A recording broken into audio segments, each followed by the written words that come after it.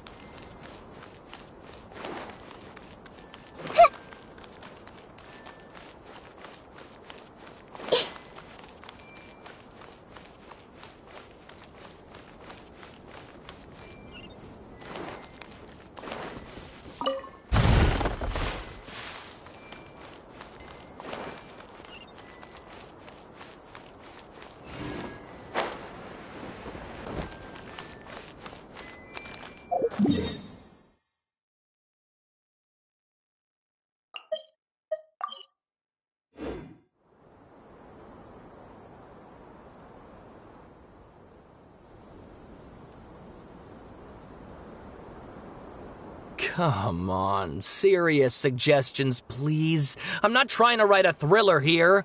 It's supposed to be an essay, you understand? An essay. That means facts and logic.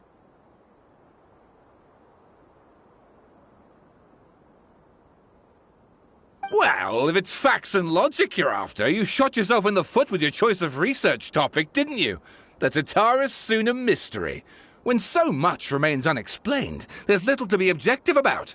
Unless, of course, you restrict yourself to textual criticism. Yeah, well, this is my teacher's area of research. I can't change that. But it's fascinating enough without having to sensationalize it, don't you think?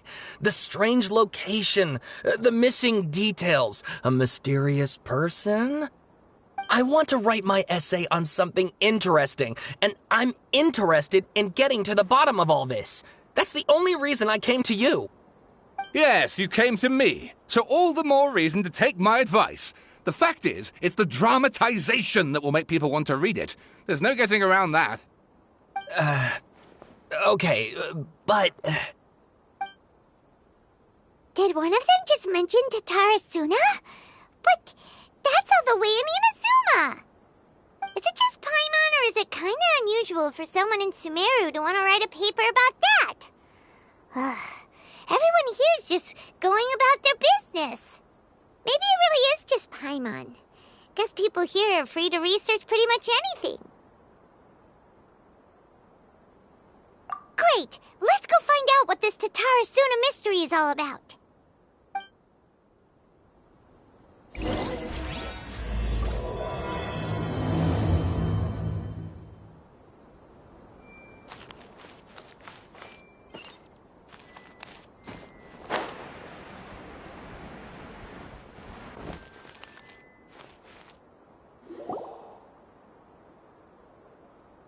All right, I guess I'll go with my textual criticism and your editorial direction for the first draft. I have a feeling that the missing Kabuki Mono will end up being the main focus of this paper. If only we knew where to find that traveler. From what they say about her, this seems like the kind of thing she'd know about. Oh, you're the traveler, you say? Hey, what's with that face? Don't believe us? No, of course I believe you. Actually, I first heard about your great exploits when I was still in Inazuma. This is my first time coming face to face with you and your mysterious silver-haired companion. I couldn't believe my luck, and out of force of habit, I started, examining the evidence. Sorry. Oh, Sawada, for the love of... Sorry, we don't get out much, so our social skills are kinda lacking. Traveler, I hear you've helped many people a great deal and been to many places. Would you be able to tell us about Tatarasuna? Actually, we don't know much about that place either. In fact, we only came over here because we heard you talking about it and wanted to learn more. I see. My teacher chose this area of research as a personal challenge. He said it's difficult to get into because even Inazumans don't know much about Tatarasuna's past. But who'd have thought that... If you don't mind, I'd love to show you all my outline for the book I'm writing about Tatarasuna. Hold on, Sawada. Don't you think that's a bit of a deep dive for a first read? Well, fair point. In that case, please ease yourselves in gently by taking a look at Akaba's latest essay draft. Let me give you some background. This all started with the discovery of some records in Tatarasuna. The writings mentioned someone by the name of Mikoshi Nagamasa, who crafted a fine blade. But in the end, he threw it into a fire to destroy it, and killed his servant Katsuragi. Why? Well, no one knows. Apart from the swordmaker, his servant, and the one who wrote this all down, the records also mention a Kabuki Mono. This seems to be an Inazuman word for an eccentric stranger, someone who dresses funny or acts in an unusual way. That's right. Akaba's teacher has spent quite some time researching these events on the ground. This Kabuki Mono lived in Tatarasuna for a while before disappearing without a trace. And shortly afterwards, as Akaba mentioned, things got pretty ugly. So first this strange person goes missing, then a murder happens? Seems kind of fishy to Paimon. Yes, my thoughts exactly. So I helped out too. I asked everyone I could think of if they knew anything about what happened back then. And wow! Did I get lucky! Stop shouting! This part's important. I just wanted to make it stand out. It just so happens that a friend of mine works at the Government Records Office. He looked into it for me, and I can now confirm that all the aforementioned individuals did, in fact, live in Inazuma over 400 years ago. Even back then, Tatarasuna was already at the center of Inazuma's smelting industry. The man in charge was a government official named Niwa. Curiously enough, it seems like he went missing too.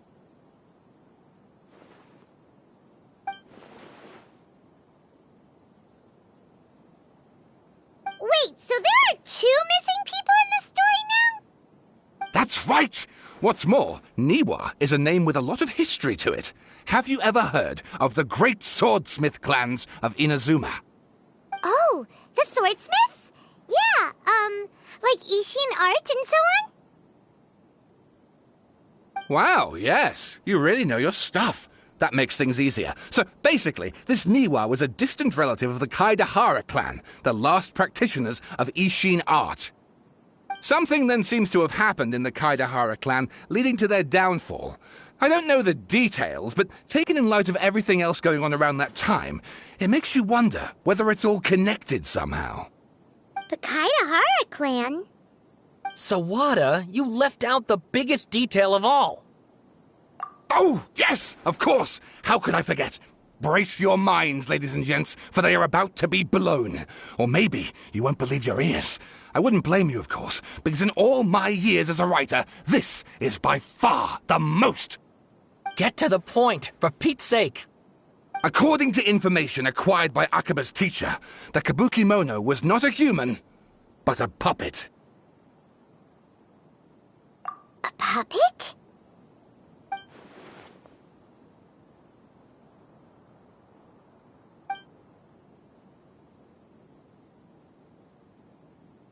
Aha! Judging by the looks on your faces, you do know something after all.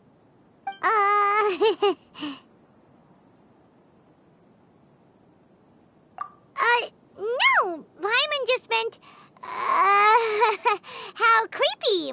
The way you described it makes it sound like a ghost story. I agree, it does.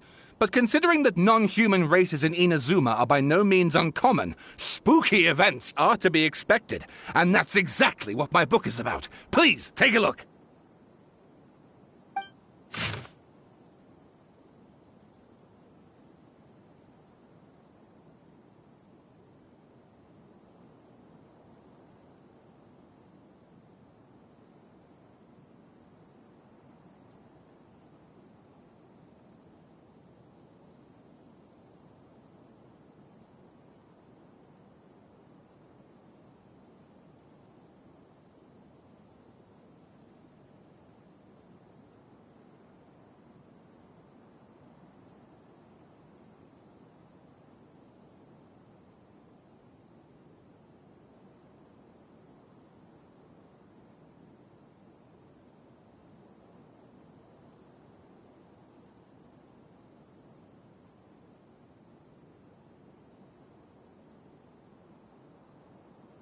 Oh, and please read my essay draft as well.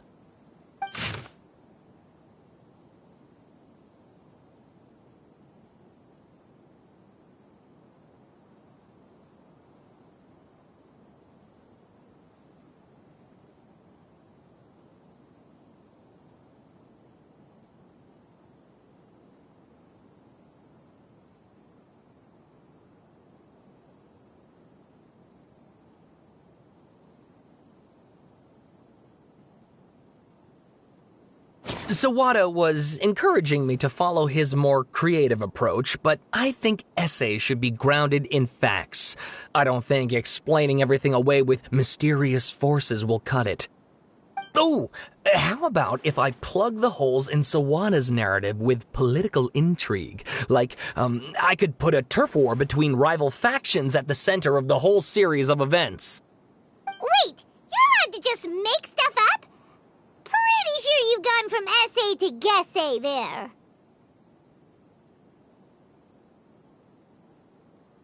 Akaba, look. Your teacher has researched this extensively. I've reached out to everyone I could think of.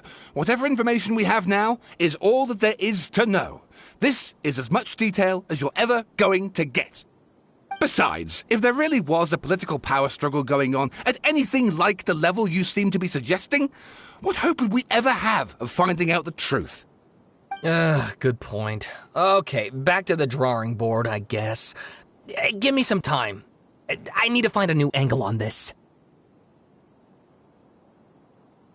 We have some other stuff to do, so we'll have to say goodbye for now. Good luck with your essay! All right, thank you. If you find out any more info about all this, please do let me know. Thanks so much.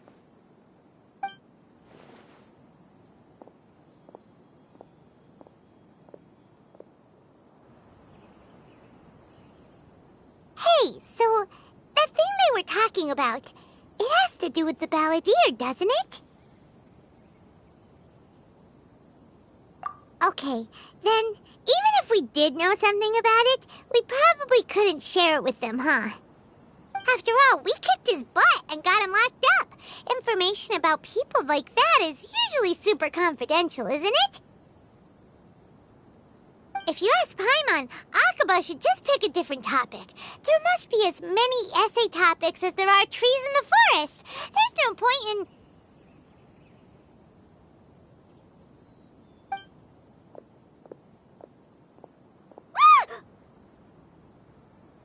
Hey, did you see that? He literally just went by, over there. It looked like... the Balladeer! No, it can't have been. He got locked up. Oh, quick, let's catch up and see.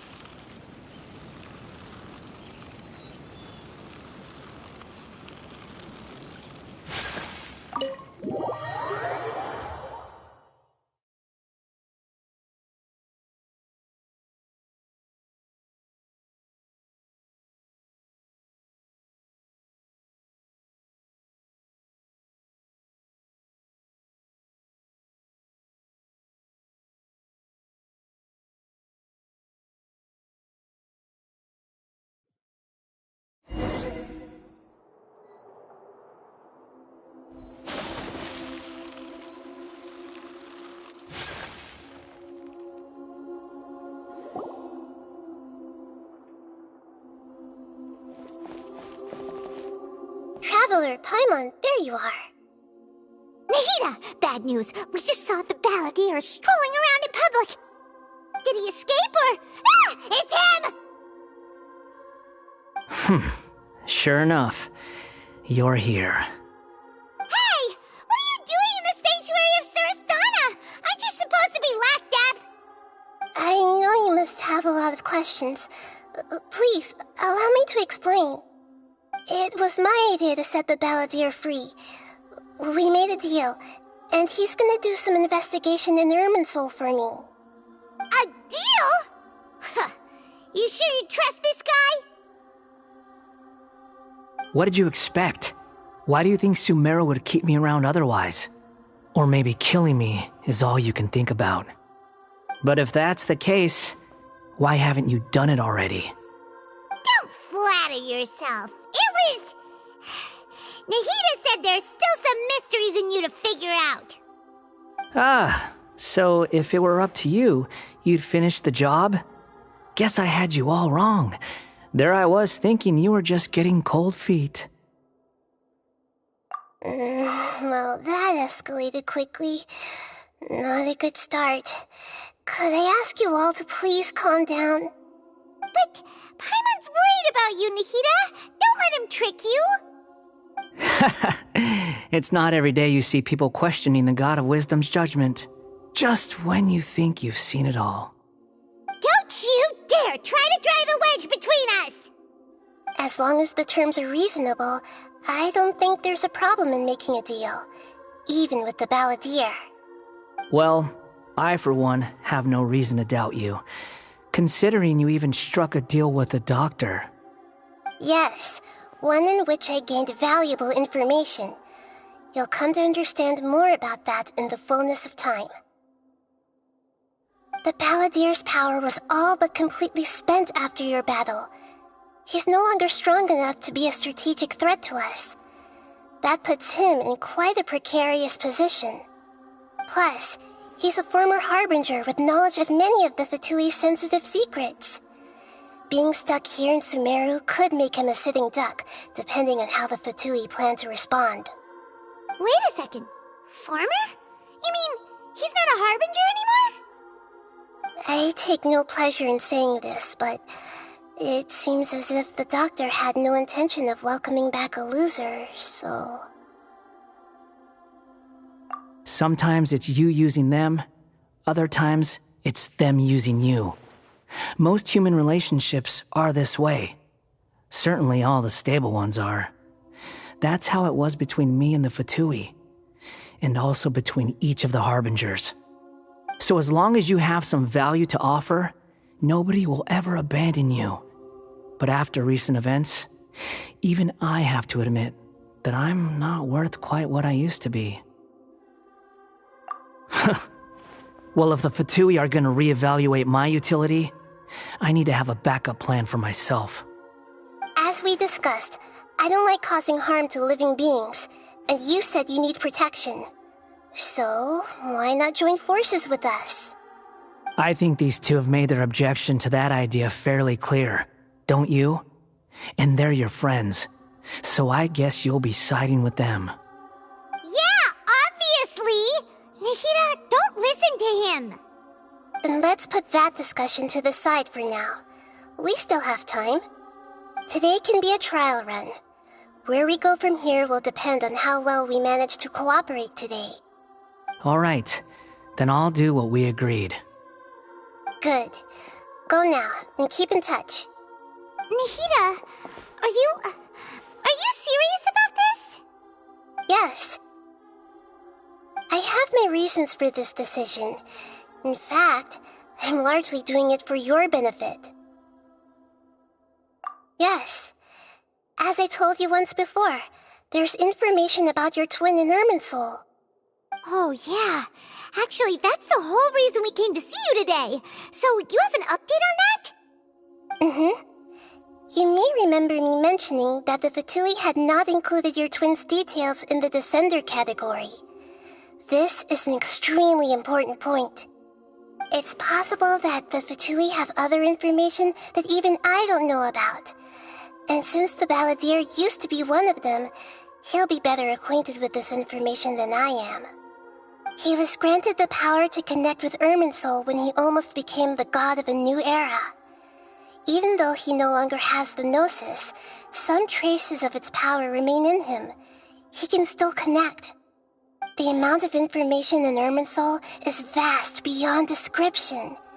Sifting through all of it without knowing what to look for would take too long, even for me.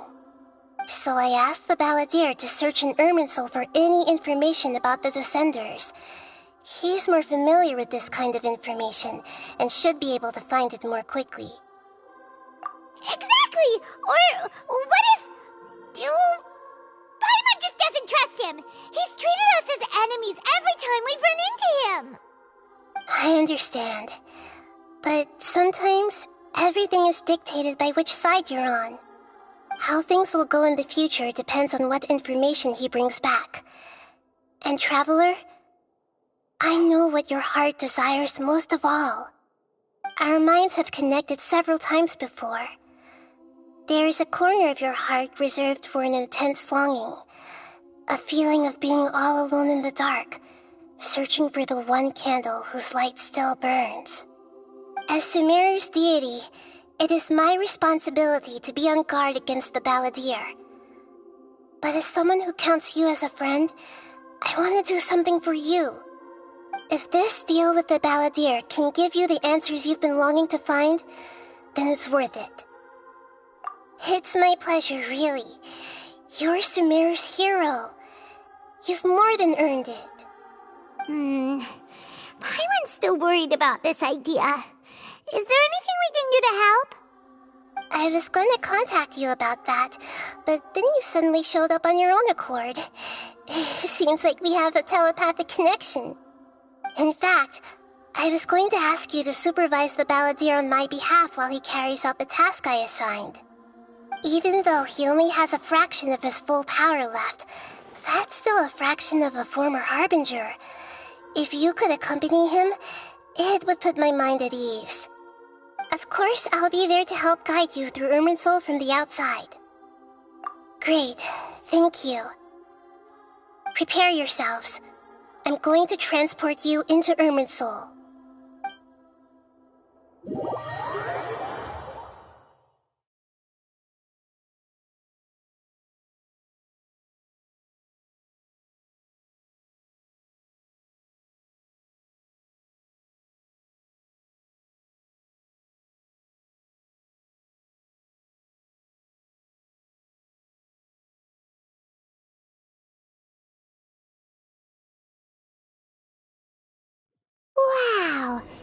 looks pretty different here compared to last time.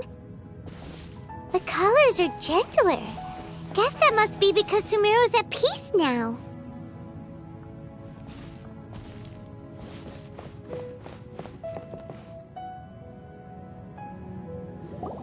Look at that. Hot on my heels. You know, you didn't have to cut your catch-up short just to keep me company. Oh, but I guess you panicked when you realized that I might enter Irminsul ahead of you. Shut your beak, jailbird! No way a prisoner gets to be so smug! I understand that prisoners have to put up with harassment from the guards, but right now, I'm on temporary release, so maybe you should think about backing off a little. Sounds like a successful rendezvous. I need to be quite clear about something. In a few moments, you'll be entering into the innermost region of Irminsul. It is an environment like no other, and the most important place in all of Sumeru. Unlike anywhere else, Irminsul's inner region consists exclusively of torrents of information. You must put aside your differences and be extremely careful as you navigate your way through. I know there are many grievances between you on both sides, but it is essential that you remain calm after entry.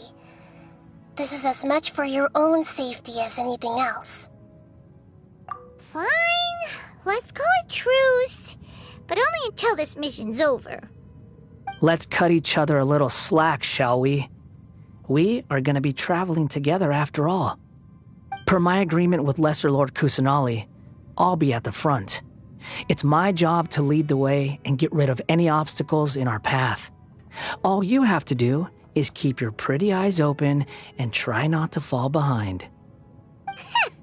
You sure are confident. Paimon will give you that. You make it sound like you're even more experienced at adventuring than us. If there are no further objections, I suggest we get going.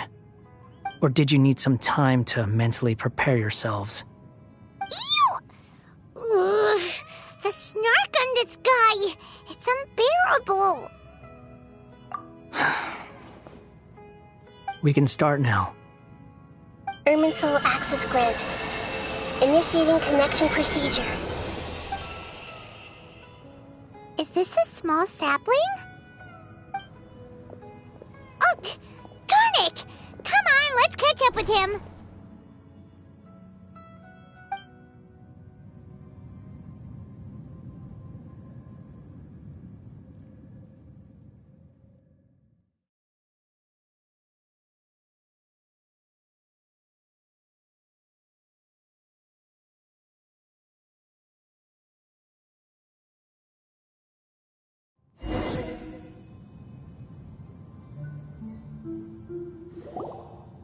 Wow! So this is the inside of Irminsul. Ooh! Paimon's never seen anything like this. And it feels like a sacred place. Irminsul is closely intertwined with the entirety of Tevat. Every bit of information flowing here means something. Pick your jaws up off the floor. It's time to go. Why is it that Paimon just wants to do the opposite of everything he says? Lesser Lord Kusanali, we will now proceed to the heart of Irminsul. Can you still sense where the heart of Irminsul is? Yes. Permission to begin searching for information there? Permission granted. Go ahead. Let's go.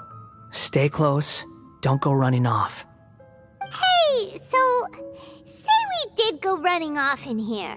What would happen? What are you smirking at? I was just imagining the look on your travel companion's face if you went and got lost. Anything's possible in here. You can't rule anything out. So if you want to stay safe, your best option is to stick close to me.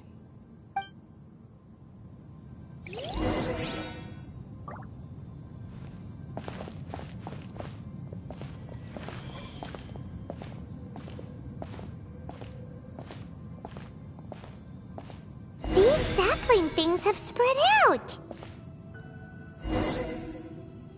Those are all packets of information from inside Irminsul. Be careful not to touch them.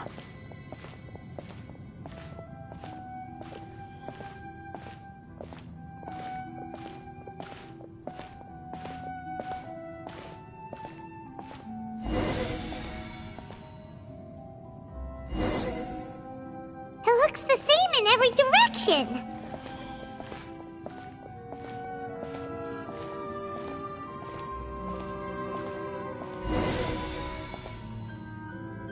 No wonder he mentioned about getting lost. Huh. What do you know? He was actually telling the truth. Is he mocking me again? What is it this time? There's a time and a place to lie, but this definitely isn't it. So why don't you relax your guard a little?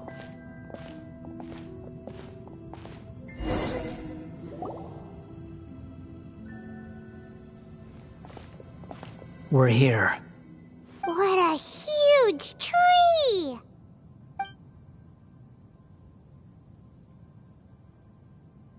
Lesser Lord Kusanali. Good, you made it. Are you ready? Ready when you are. Then please begin. Preparing to access cognitive currents. Establishing waypoint. The Balladier's actually doing what Nahida tells him. Guess he must want to stay alive.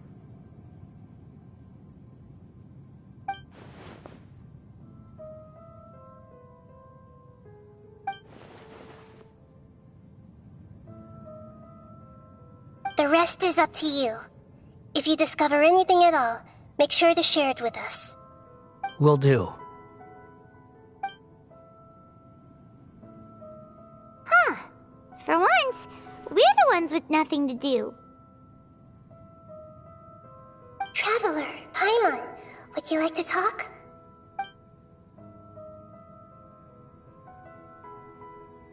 Yes, I've also invited Paimon to join. Huh? What the? We can talk to each other inside our heads?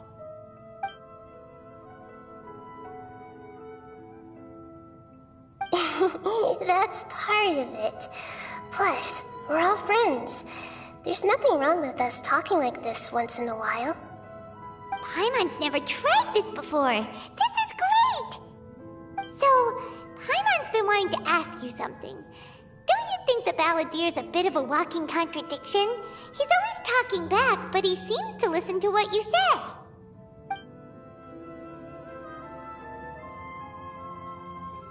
As I've told you before, there are still some mysteries for him to resolve. Things that are clear as day to me, but that he has yet to understand.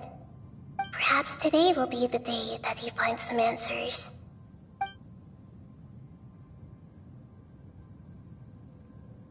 Well done. Smart and attentive as always.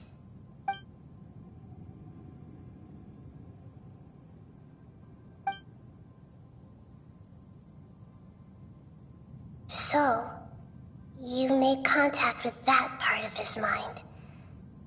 Well, it's true. Betrayal turned the Balladier into the person he is today. Huh. Paimon thought nothing could get under that guy's skin.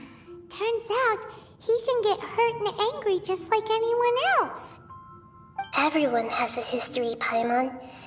Even if you're a puppet created by the Archon. Speaking of puppets, we ran into two people at the Academia today talking about an essay. Turns out their topic was about the Tatarasuna incident. Nahida, do you know anything about that? If you mean the mysterious events, the Kabuki Mono and so on, yes. I know about all of that. Really? Because from what they were saying, it sounded like lots of Tatarasuna's history is still unexplained. And most of the information we have now is just from people filling the gaps with their imagination. At least that's what they thought. Oh? How interesting. Those two managed to deduce quite a lot through guesswork alone. So the Gesse got it right?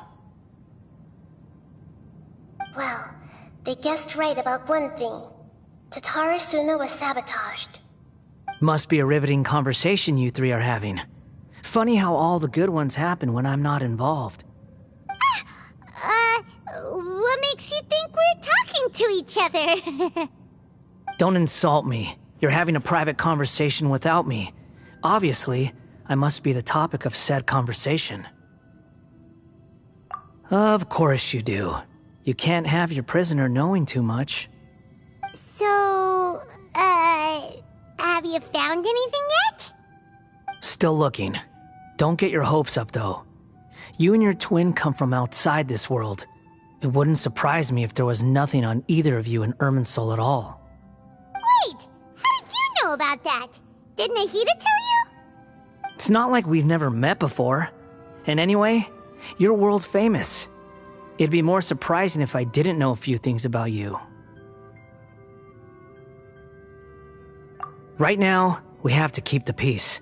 I'm not interested in creating more misery for myself, and making cordial conversation is something I can manage. Huh? Wait.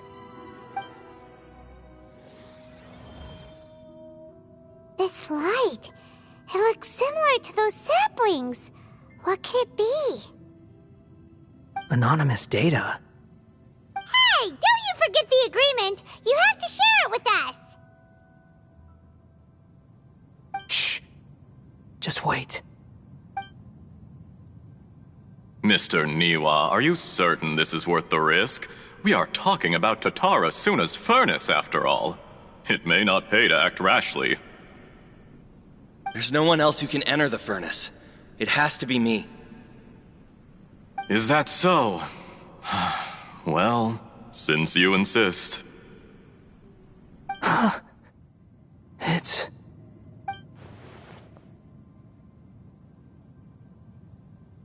Whoa!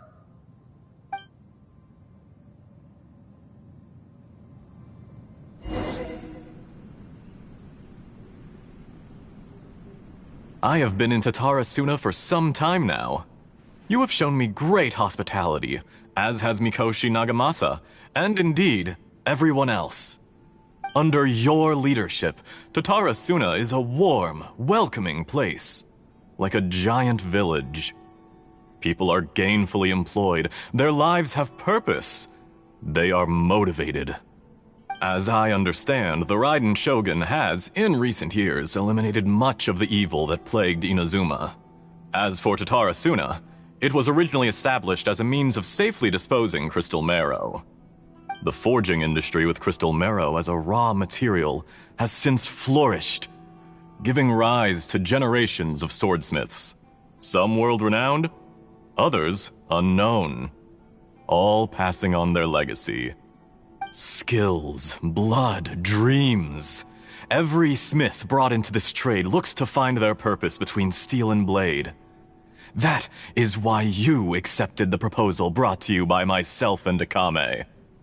Yes, well, were it not for you coming to Inazuma and happening to make Akame's acquaintance, the two of you never would have joined forces.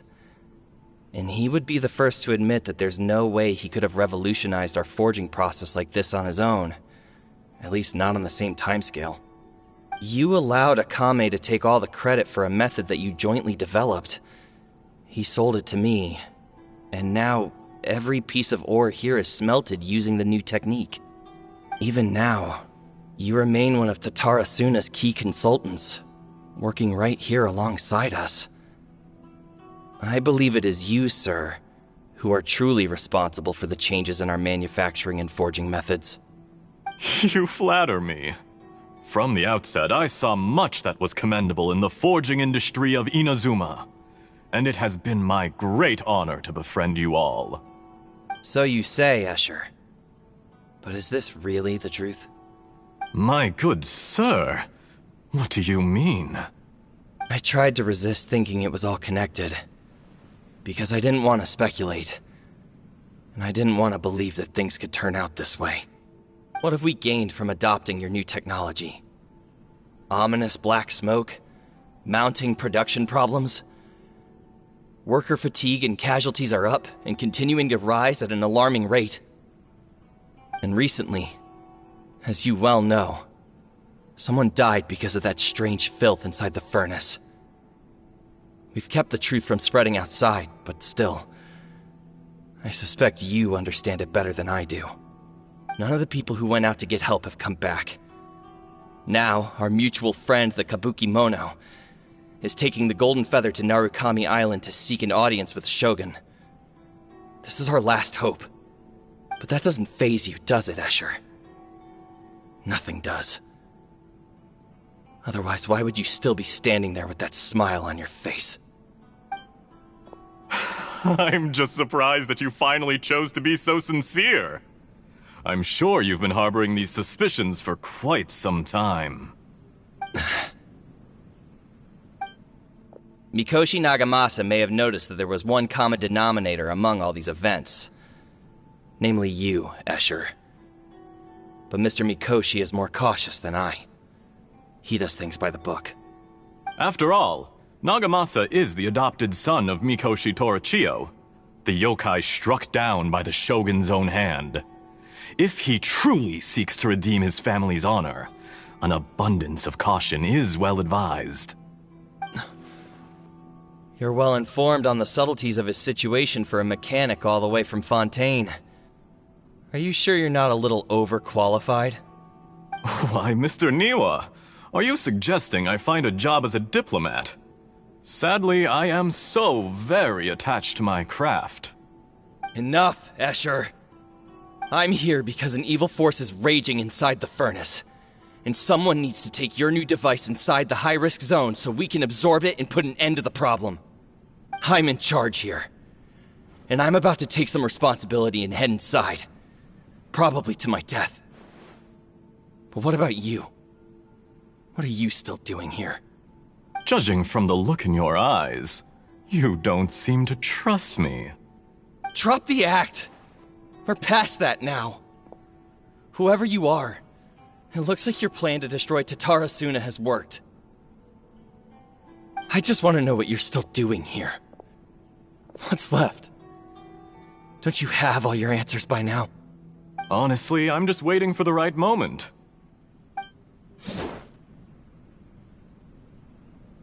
A moment like this, where you finish talking and I stop you from entering the furnace.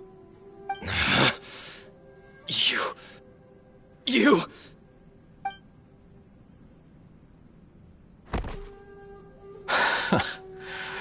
You're a little smarter than I initially gave you credit for. I thought I'd disguised myself exceptionally well, at least for the first few days. But to my surprise, you had your people look into my background right from the start. It's a long journey from Inazuma to Fontaine, but that didn't stop them. Eventually, they managed to confirm that Escher was an alias, and that I was not from Fontaine at all. And yet, despite all of that, you still fail to realize my true identity, and what I seek in Tatara Suna. Did you really think you would be able to see through my plan? If you kill me, there's no one who can get inside the furnace. So you're really going to destroy this place? Is that it? Oh, but you're quite wrong. There is one other person. Some may not see him as a person, but you told him yourself. You're not a puppet. You're a human. You're just missing a heart. Whoever you're working for won't get away with this. They'll be found out. But this makes no sense. What are you really trying to accomplish by all this? Why go to all this trouble? It's no trouble at all. Patience is a virtue which I have in abundance. This is all part of a carefully controlled experiment.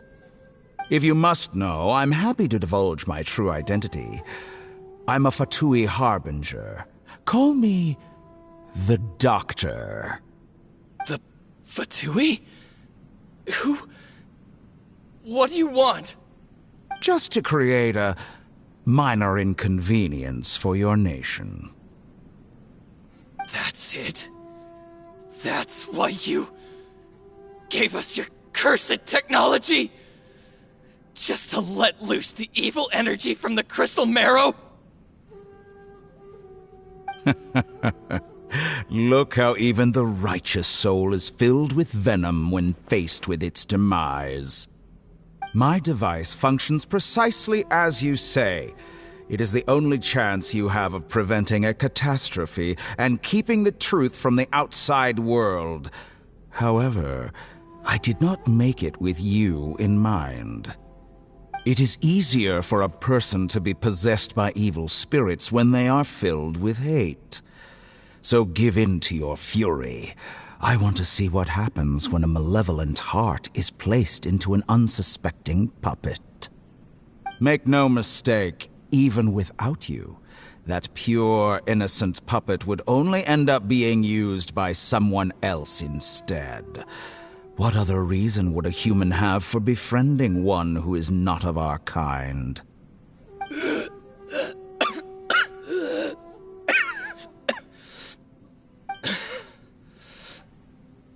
If you give him my heart, tell him that both Nagamasa and I see him as one of us. He has nothing to prove to anyone. Because not everyone just wants to use other people. The only ones who think like that are people like you. What a beautiful way to see the world. It almost makes me feel a little guilty. Then out of respect for you, I shall redefine myself. Think of me as a monster or a demon, if you wish. At least this way your death is not a consequence of your own folly turning you into an easy target. You simply lost to something more powerful than you could ever hope to defeat. I say, Mr. Niwa, let's see what happens. Will your puppet friend become a human? No, that will prove quite impossible. Mr. Niwa? Already dead. What a pity.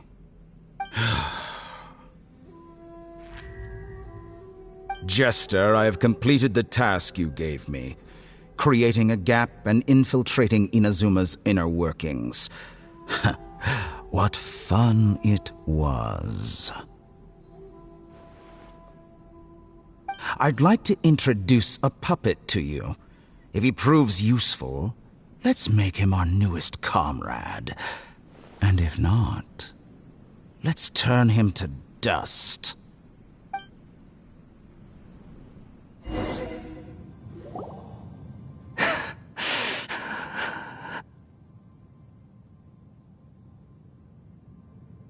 Hey, are you alright?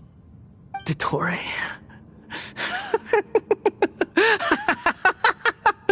Dottore!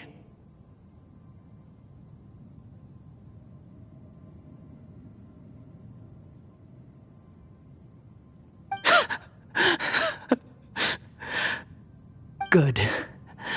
Good. Was that the doctor? Did he turn into a mechanic from Fontaine?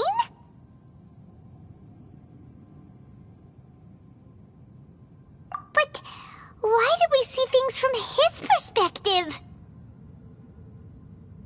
When I touched the doctor to confirm whether he'd eliminated all his segments, I read this memory in his mind. You have to admit, it must be the truth. Maybe so, but it means nothing. Does it? But this memory shows that Niwa didn't betray you.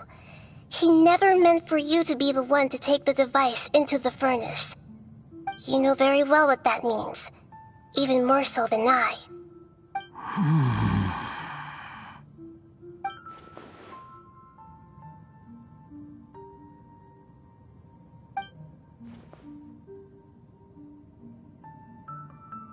Let's give him some space.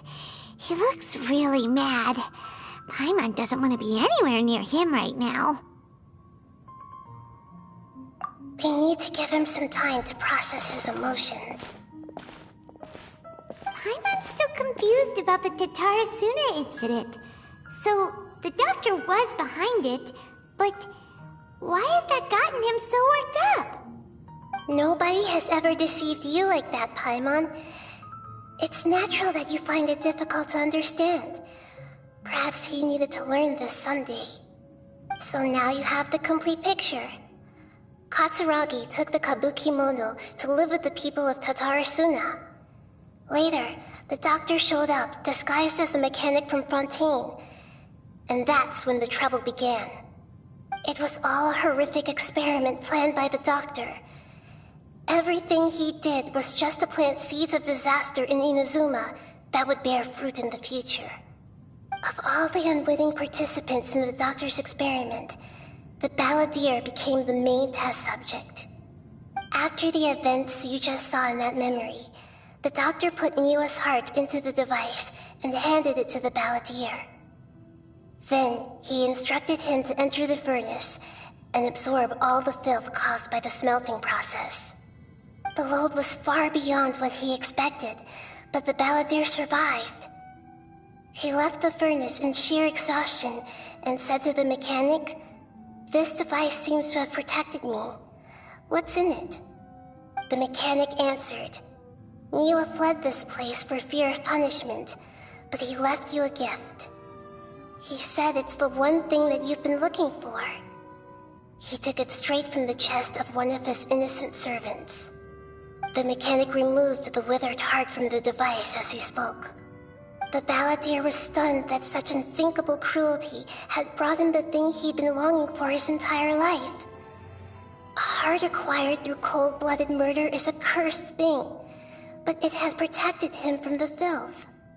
He thought Niwa had completely betrayed him, and yet this very betrayal had ensured his survival. Overwhelmed with anger and sorrow, the balladeer threw the heart to the ground and left Tatarasuna without looking back. Holy moly. So the doctor killed an innocent man and pinned everything on the victim? That's terrible.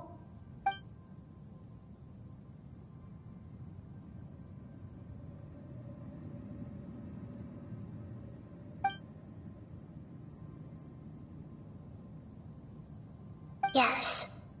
Only if he understands this can he choose a new path forward.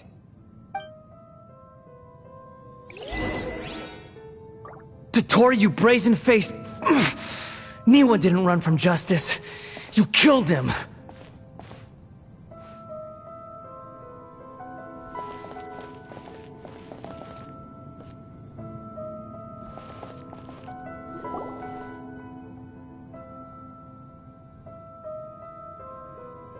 Shall we see how he's doing?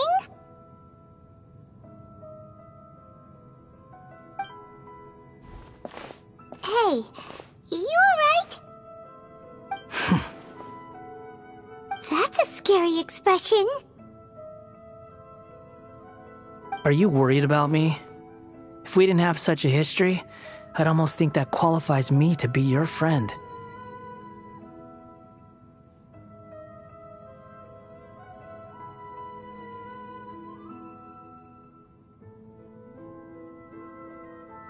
It won't.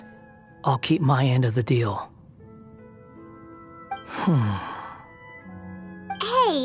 are you investigating the stuff we want to know about? That's why we're here. But unfortunately, there's no information about the Descenders in Irminsul. Even if you can't find anything, that seems to confirm it. Irminsul does not keep records on the Descenders. Anyone who comes from beyond this world is not counted as part of Tevat. Oh, does that mean we have to leave empty-handed?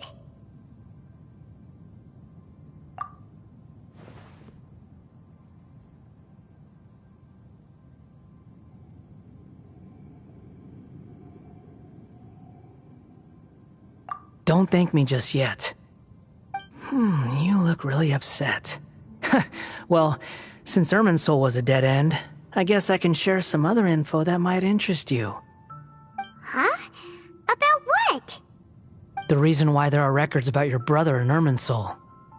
It might have something to do with Conria.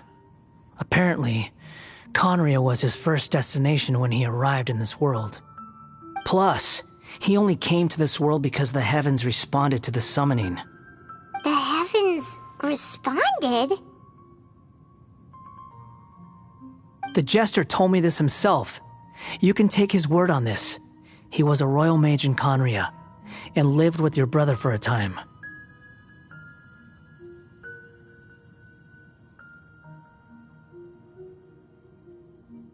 I don't know the details. It's up to you whether you want to believe me. All I can say is, I wouldn't lie to you about this. Did you get all that, Lesser Lord Kusanali? Yes. Astonishing news. Does this info count towards my mission? It wasn't from Irminsul, but was it valuable? Very valuable. Good. In that case, I'll take some time for myself now. Huh? What have you done? Lesser Lord Kusanali was right. My power's all but completely spent. Even if I use all of the divine power left in me, I can't sustain this shield for very long. I shared a secret with you, and now you owe me. So in return, I'd like you to answer a question for me. Give me your hand.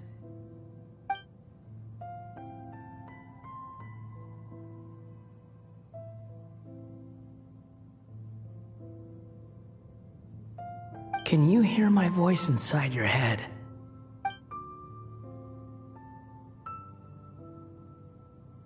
No, I can't do anything like that anymore. At most, all I can do is exchange a few words with you. So tell me, in this world, is it possible to change the past?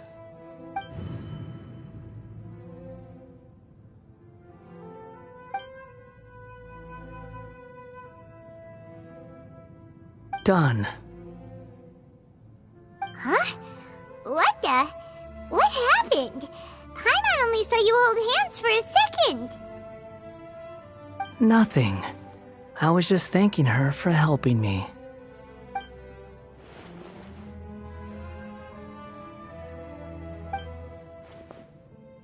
So long. I suggest you get yourselves out of here quickly. Where are you going? Hey, wait up! Didn't you say not to go running off?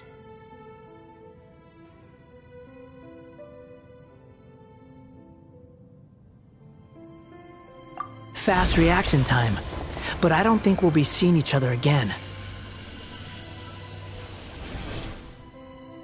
From this day forth, the names Balladeer and Kabukimono will cease to exist. Those who died in Tatarasuna because of me deserve another chance at life. Hey, Balladeer! Don't do anything stupid! You know, I never did like insects. Hordes of the puny things swarming together can be a real nuisance. And I enjoy nothing more than to stamp them out like the pests they are. But if a colony of harmless ants isn't threatening anyone, I guess they deserve to be left alone. Luckily, everything can be set right. It's time to solve this once and for all. Balladeer! Balladeer! Uh-oh, he disappeared. Come on, we gotta find him somehow.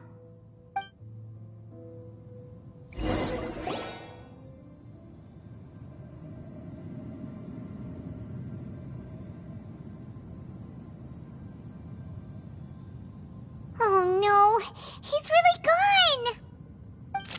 Oh, can you hear me? Nahida! Traveler, Paimon, Balladeer, what happened just now? I was suddenly cut off by some kind of power. It was the Balladeer's fault. He shut you out!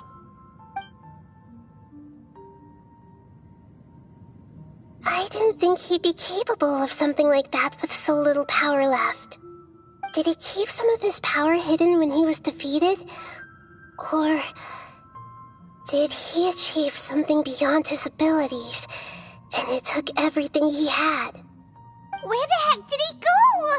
Ugh, it's all our fault. We were supposed to keep an eye on him. Sorry, Nahida. Don't be. It's not your fault. Please, let me handle this from here, even though I'm not sure I can solve it. We're running out of time. Follow my lead and get out of Irminsul as soon as possible.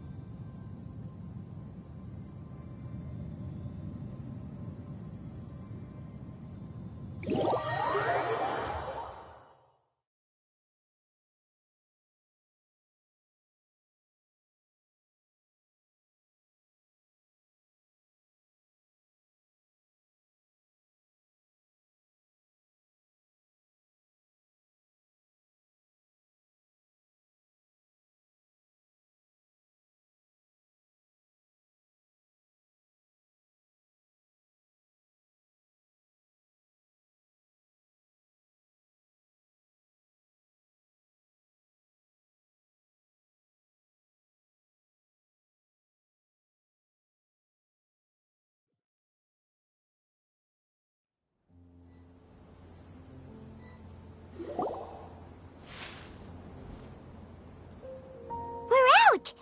And we're at, an inn or something? This is an emergency. I'll have to ask you to stay here for now. Everything's arranged, and nobody will disturb you.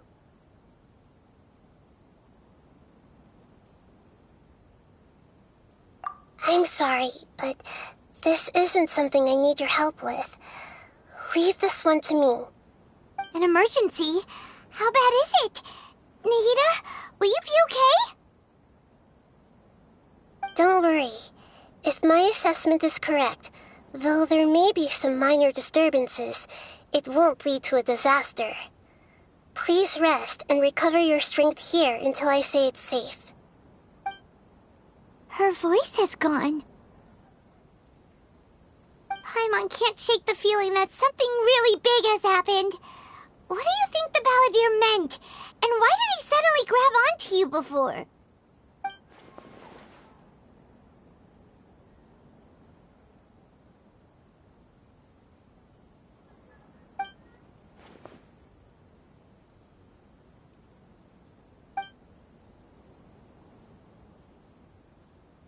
He wants to change the past? But surely that's impossible! Right! You can't just rewrite history! All that stuff happened already in real life! It's like, imagine Paimon drank all the water in this inn. Even if no one was there to see it, Paimon would sure as heck remember drinking it! So, why does Paimon still have a bad feeling about this? Paimon can't help but feel scared about what he might do. Oh, Paimon's so confused. Huh? Ah! Sorry, Paimon accidentally... It's the Balladeer's fault for causing Paimon all this mental stress. But erasing yourself from history? It's unthinkable. Is that really possible in Irminsul?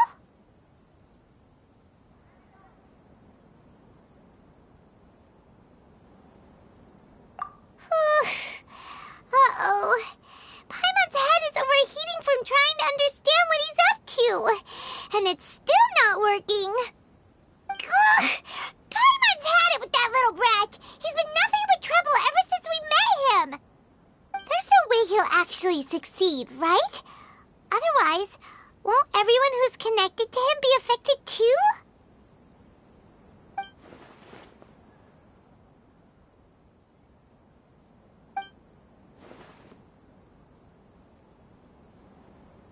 There's nothing we can do about it at this point. Hey, have you got any ideas on what we should do next?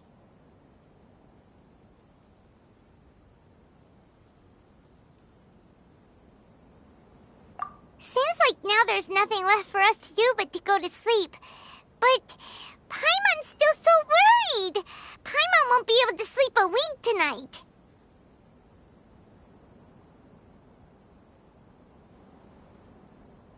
So, how about, we list all our favorite foods to take our mind off things? Heck, if that doesn't work, Paimon's probably gonna collapse of anxiety here. Alright, Paimon will start. First dish. Munstack grilled fish. Oh, and chicken mushroom skewers. Tea break pancakes, cream stew, sauteed matsutake, and Drayan chili chicken, almond tofu, satisfying salad. Also, Adeptus Temptation, golden shrimp balls, triple layered consomme, lotus seed and bird egg soup, and...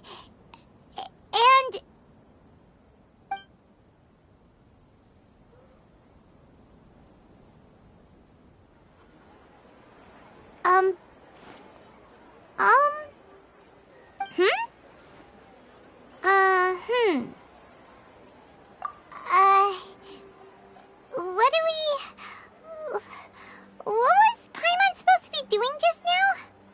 Paimon was, talking? Huh. Paimon suddenly can't remember what she was talking about. What was it again? The balladeer? Is that a food too? Huh. Weird name, though.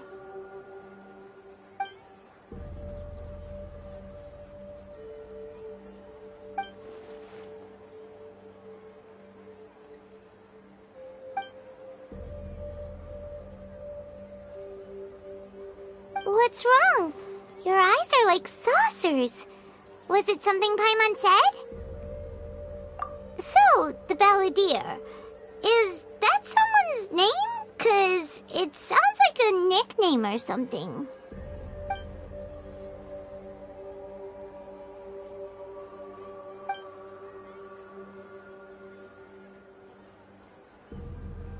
Okay, sure. Where are we going? Huh? Fine by Paimon, but is everything okay? You're acting like this is an emergency.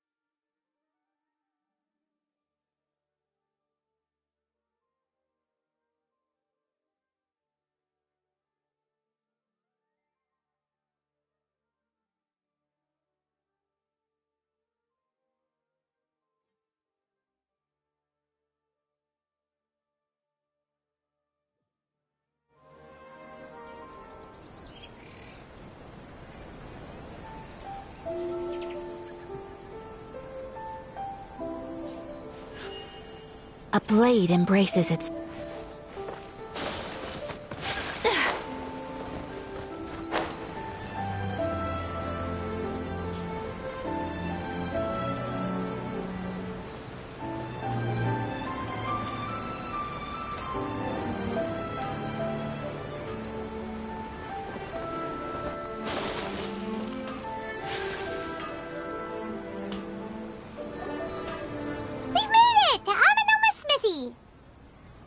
Ah, it's been a while.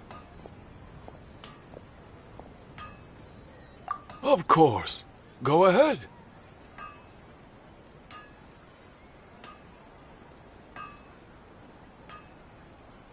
Oh. Now there's a question I wasn't expecting. Very well. I'll tell you what I know once more. The once renowned Raiden Gokuden, comprised of 5 branches: Aminoma, Futsu, Ishin, Hyakume, and Senju. The art of forging practiced by these 5 clans was first taught to them personally by the almighty Shogun. Over time, the 5 branches diverged from one another as generations of bladesmiths honed and perfected their craft until they became 5 distinct traditions. Most of the great swordsmith clans of old have since fallen into decline, and for a long time, only the Amenoma branch kept its art alive. But fortunately, Kaedehara Kazuha recently returned to Inazuma and took up the mantle of the Ishin art. Now, 2 clans remain of the original Gokuden 5. If my memory serves me right, you yourself were present when he forged the Ishin blade. Oh, yeah, we were! Paimon remembers that now. We learned a bit about the decline of the Raiden Gokuden then, too. It seems like such a shame.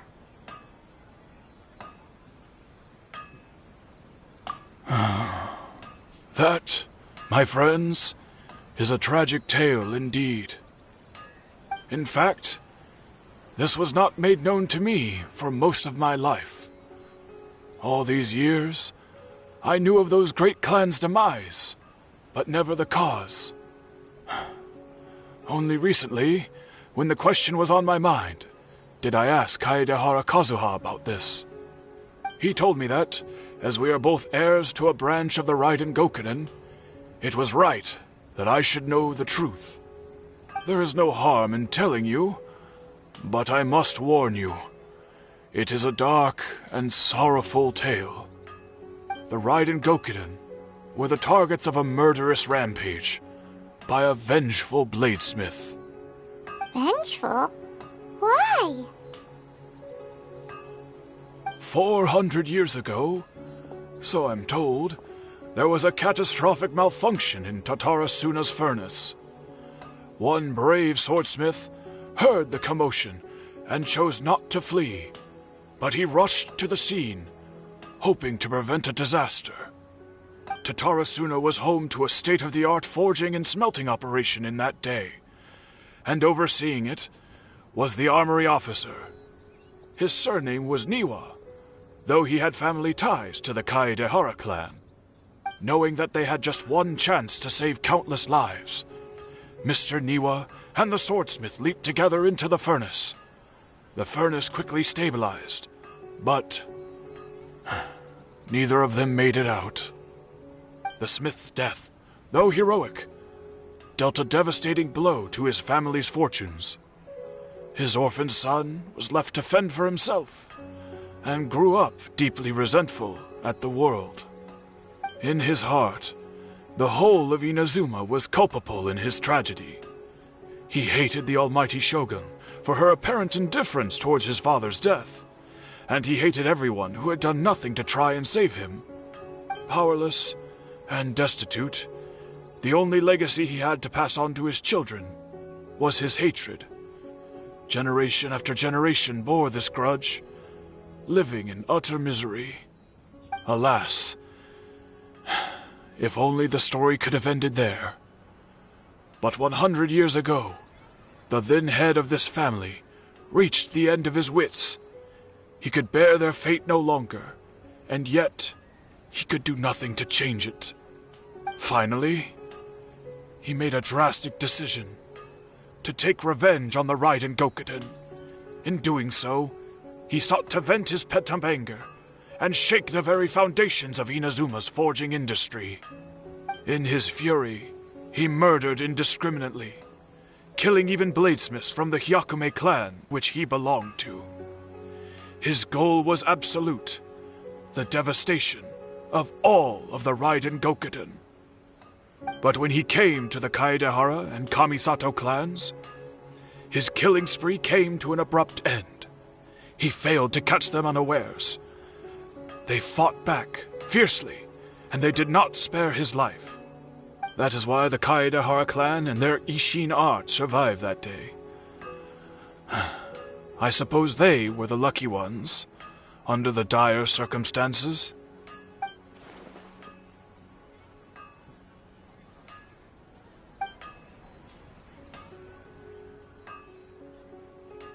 Was there anything else you wanted to ask? Kazuha? Why, yes. Just yesterday, in fact. We spoke for a while over some tea. He seemed well.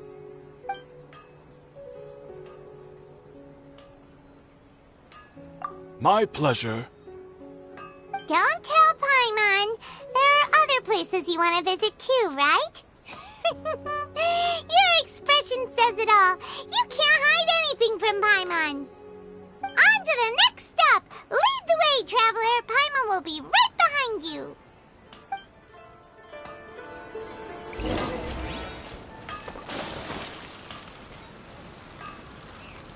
Everything is going smoothly, just as I planned.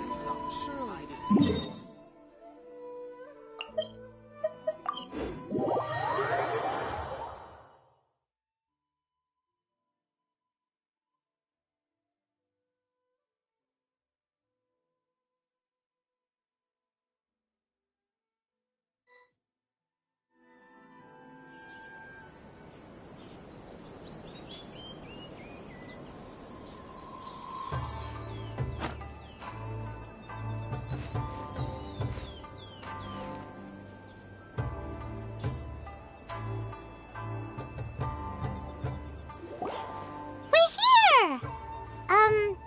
This is the Yashiro Commission's headquarters, so... Traveler! It's been a while. If you're looking for the Commissioner and Miss Kamisato, I'm afraid your timing is unfortunate. They're not here right now. Are they out on business? The Commissioner is out on business, and Miss Kamisato is standing in for some meetings in the Commissioner's place. If it's urgent, you're welcome to wait inside until they get back. What do you think? Shall we go in?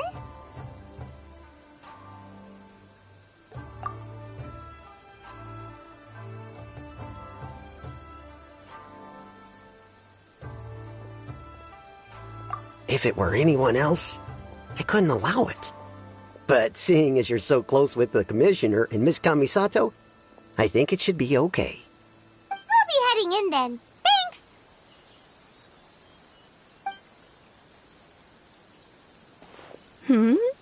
Hello, dears.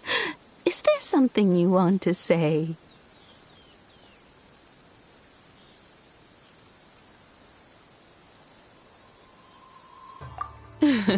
Of course, traveler. Yes, I know who you are. Miss Kamisato has told me about you. What would you like to know?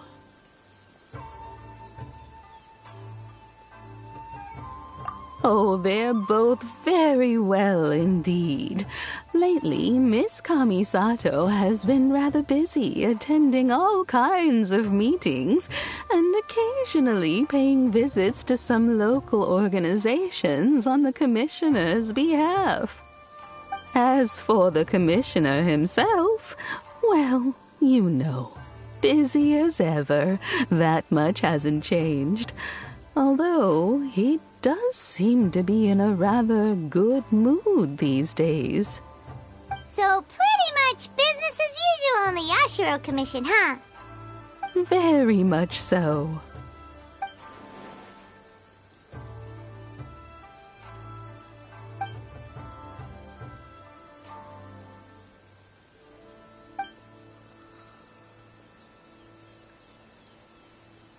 Well, got any more questions?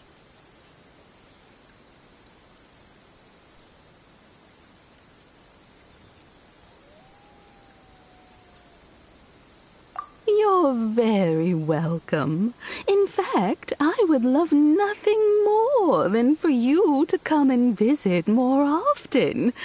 But I'm sure you must be far too busy to have time for that. Miss Kamisato talks about you all the time. She seems so thrilled to have you as a friend, and she's always saying how talented you are and how much she admires you. I must say, many things in Inazuma seem to have taken a turn for the better since you... I mean it. Whenever the commissioner dines at home, Toma always joins him. I always find myself at my most relaxed when I'm serving the two of them and listening to them chat away. The commissioner has such a busy schedule that he doesn't always have the chance to take his meals at home, but given the opportunity, he always prefers to dine here. They say it's because Toma's a much better chef than most. Oh, the commissioner is so fond of home comforts. They get to talking about you sometimes, too, you know.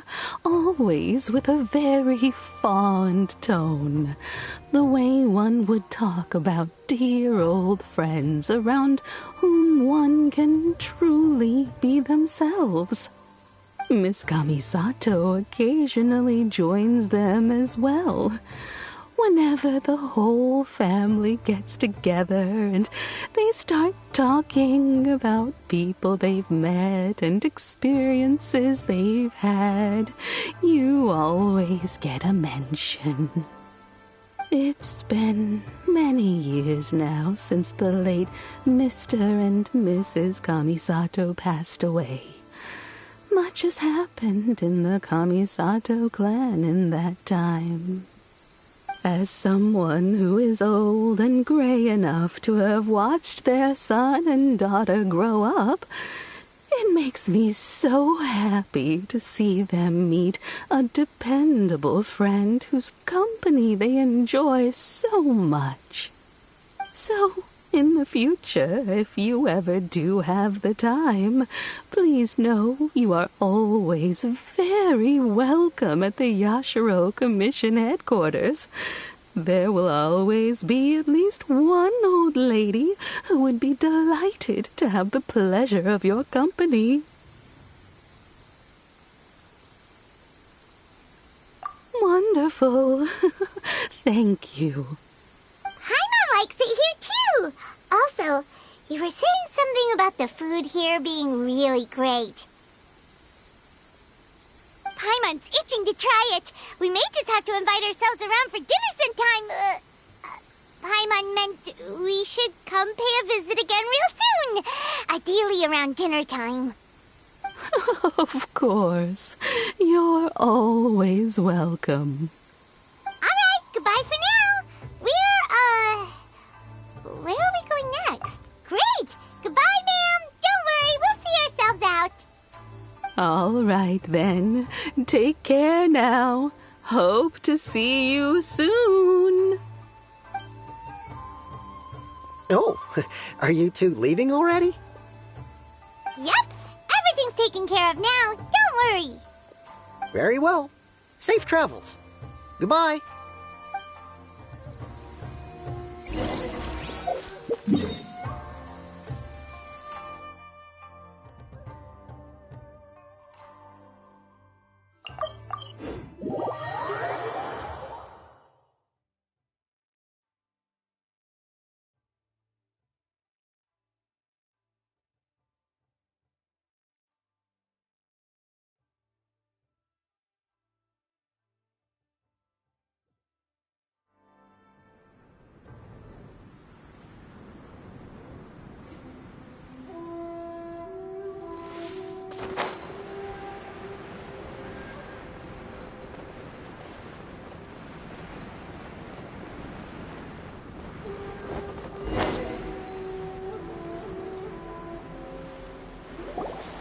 Well, here we are. But what are we looking for? Something or someone? Do my eyes deceive me, or is that the Traveler and Paimon? Xavier, what are you doing here? I was in the general area, and now I'm in this specific area. There, that's me. So what about you two? We have some questions and thought you might be able to help.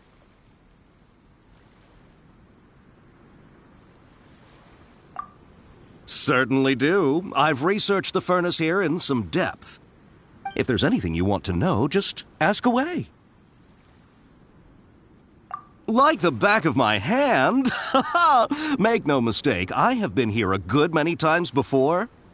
Not only that, but I've met people in Inazuma whose families used to live in Tatarasuna years ago. They said it's all true, the history here.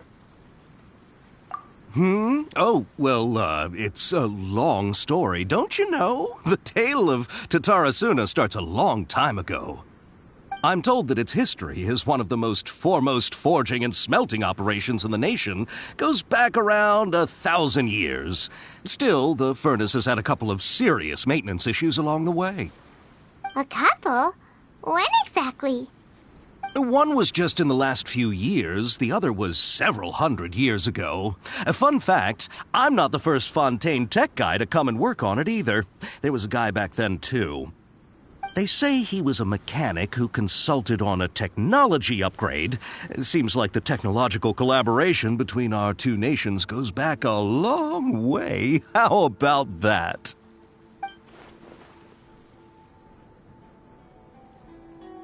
Hey, weren't you gonna ask Xavier something about Tatarasuna? Come on, ask already! Oh, I didn't realize you two were here for a history lesson. Me neither. Paimon doesn't know what's gotten into this one today. Feels like we've been preparing for a history exam or something. What brought this on? Did you just wake up today with a sudden burning desire for historical knowledge?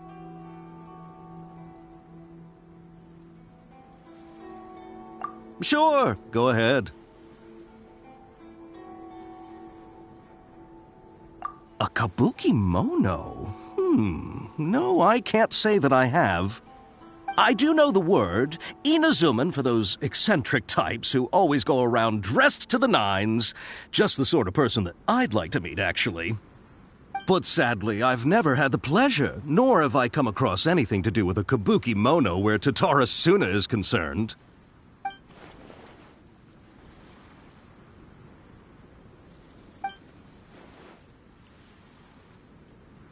Of course! Don't mention it. Oh, we're leaving? Okay, bye, Xavier. Oh, you're most welcome. More than happy to help. Farewell. Looks like you got all the information you're looking for. Sure, but what's up with you today? Whatever it is, it seems like it's really troubling you. Keep your smile, Spinal Crocodile. No matter what happens, Paimon will always be there for you. Hey, don't mention it. Alright, let's head off and go meet Nahida.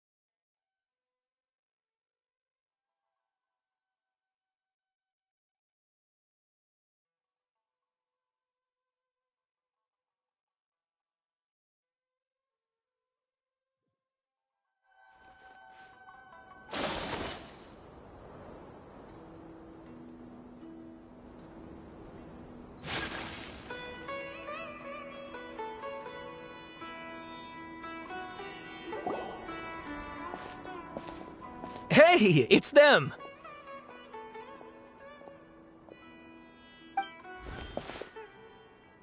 Akaba, Sawada, you're still here?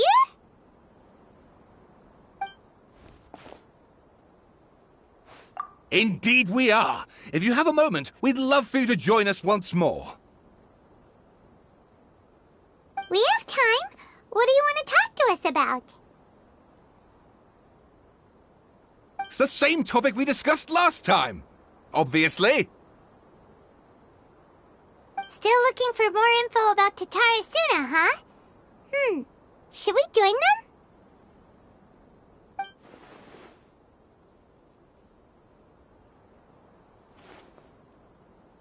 Unfortunately, we haven't made any real progress. Huh? Oh, of course.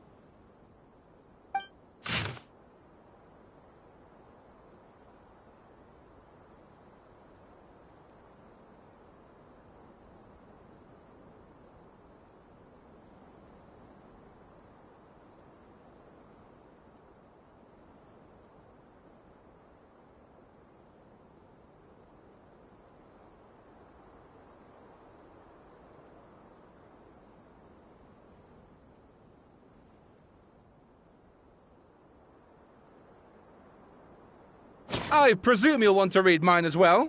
Here.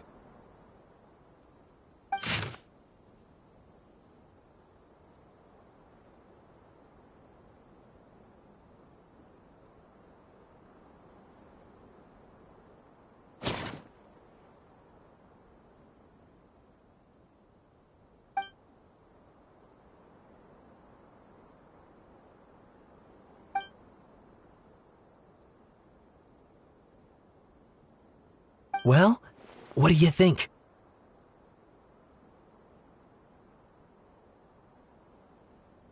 Hey, Traveler. Remember how last time Akaba was saying how he wished he could gather more information about all this? Well, we just got back from Inazuma. So how about we tell them what we learned?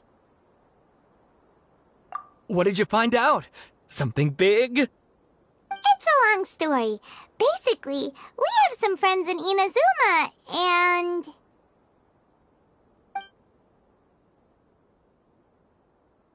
Wow, so many new details. Thank you so much for sharing that with us. Well, well, so it all comes down to one man's desire for revenge. Huh. You heard this from a member of the Armanoma clan, you say? Then I guess it must be true. Ugh. So there's no ghost story here after all. This new information actually lends further credence to my hypothesis.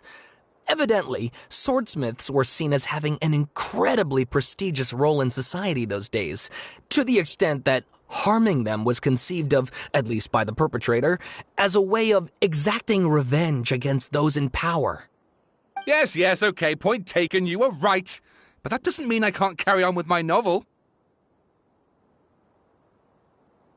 And they're back at it. These guys are really into this.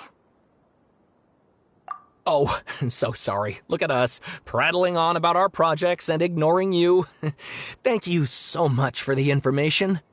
You're welcome. See ya. Keep us in the loop if you find out anything else. Will do.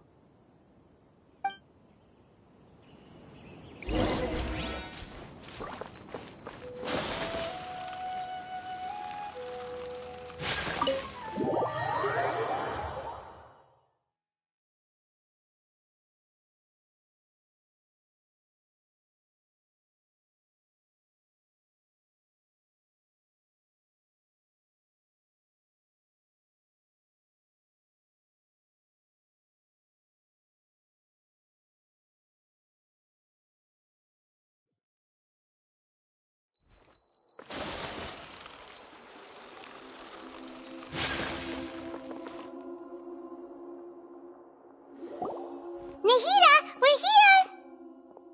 Traveler, Paimon, how have you been? Ugh, where to start? Paimon hasn't had a moment's rest this whole time. That night, we ended up chatting and chatting until suddenly the sun was up. And then she decided she wanted to go to Inazuma. The Balladeer? This sounds like some kind of code name.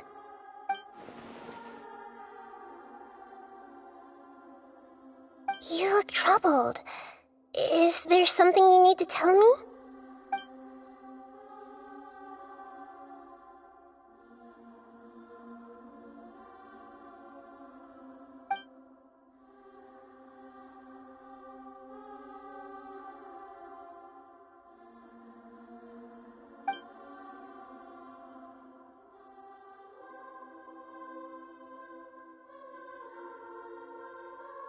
Traveler? Hey, what's wrong? You look so upset.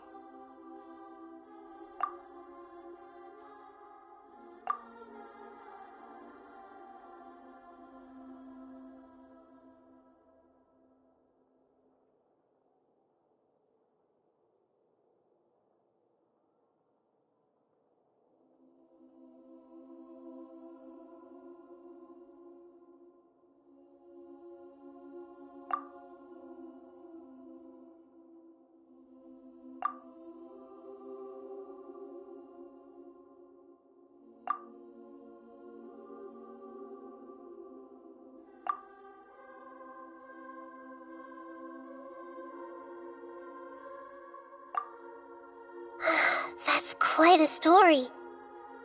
So, this puppet known as the Balladeer erased himself from Irminsul, hoping that he could change the past. But how was he even able to do that? As the Traveler said, he very nearly became Sumeru's deity. Admittedly, I remember it a little differently. I don't recall finding anyone inside the machine after we defeated it. Nevertheless, it does make sense. If someone were to successfully erase themselves from Irminsul, the world would change to reflect the new reality. So, you believe this person really existed, and we just don't remember him because... well, because he literally changed the world? Yes. Theoretically speaking, it is possible to do this. But I'm struggling to imagine the kind of person who would dare go through with it. The Traveler comes from a world beyond to that. That's why there's no information about her in Irminsul, and it also explains why any changes to Irminsul wouldn't affect her. So if there's anyone in the world capable of retaining memories from a past that has been rewritten, it's you. It's quite incredible when you think about it. Paimon's having a hard time understanding this Balladeer guy's motivations. Why did he do it? I can only make inferences based on the information we've been given. As for what kind of person he was, only you remember that.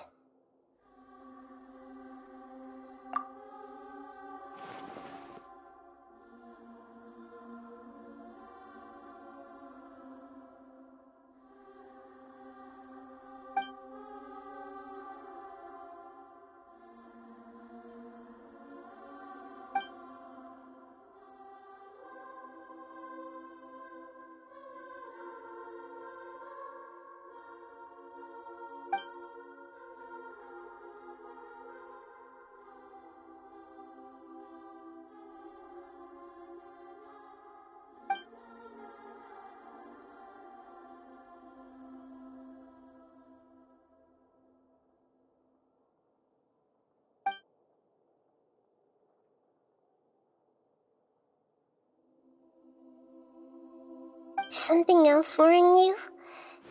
Something that you can't share? It couldn't change the fate of the ones who had died, right? Once the Balladeer realized he hadn't been betrayed after all, it must have completely changed his view of the people of Tatarasuna. Now he saw them as friends again. He couldn't keep hating humans after that, and if he thought there was a chance he could save his old friends, it would be hard not to try. The story makes sense, every part of it. The Balladeer tried to achieve godhood with the doctor's help. He was unsuccessful, but retained the power to connect with Irminsul. That power then enabled him to change what was recorded in Irminsul and erase himself, even though he didn't have much strength left. Yeah, it does make sense, but it still ended in tragedy for his friends. It just feels so hopeless. He gave everything to do this, but it seems like he got nothing in return.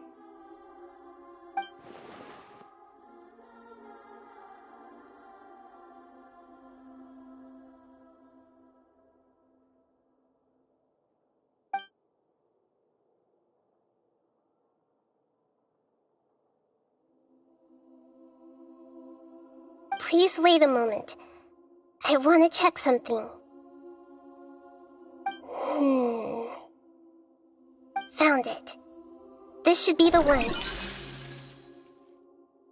It turns out that I have a strange way of confirming everything she has told us. What is it? A record from a personal collection. It was tucked away in a corner. You should take a look.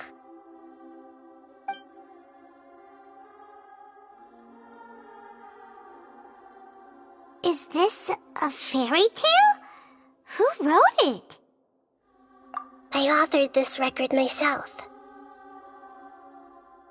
Huh? You wrote a fairy tale that somehow has something to do with the Balladeer? When combined with the Traveler's narrative, it's clear that this story is an allegory. Everything in it is a symbol for something else. Hold on. So this record survived from the past? Yes. Any information about the Balladeer or the Kabukimono and other records will have been changed. But I wrote this story in a way that means it was left intact. Changing the information in Irminsul changes to that. But Irminsul can't change information that was well hidden in advance. I guess I must have written this story as a backup before the Balladeer entered Irminsul. That's incredible! What a great idea! And sending the Traveler into Irminsul with the Balladeer must have been a further precaution. I knew she'd remember everything. This story is abstract enough that it still resonates with the present information recorded in Irminsul. But if we connect all the different pieces together, the true story that emerges is the one she told us, the now erased life of the Balladeer.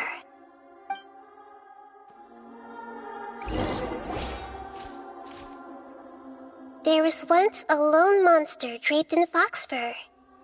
The monster found a family of foxes, joined them, and they became friends.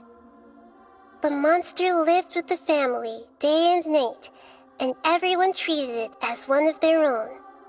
Once in a while, the monster would take off its fox fur at night and lament to itself as it gazed at its reflection in the water. I am a monstrosity, yet they are too foolish to see it. I pity them. But the monster soon found solace when another came to live among the foxes who was not their kin. A kitten, carved from the wood of a white tree who had been abandoned by the humans. The kitten too wished to become a fox, but its tail was too slender and it could not grow a coat of richly colored fur. Yet when the other foxes saw this, they spoke words of comfort to the kitten. Even without a tail and fur like ours, you are still one of us. Furious at this happy resolution, the monster lit a fire on the mountain. The terrified animals panicked as the fire spread. The only way to extinguish the flames was to make a sacrifice. A gray fox stood up and addressed the monster. It said, "You are the cleverest among us. Surely you can help us find a way to solve this." The monster smiled, led the fox toward the fire, and murdered it.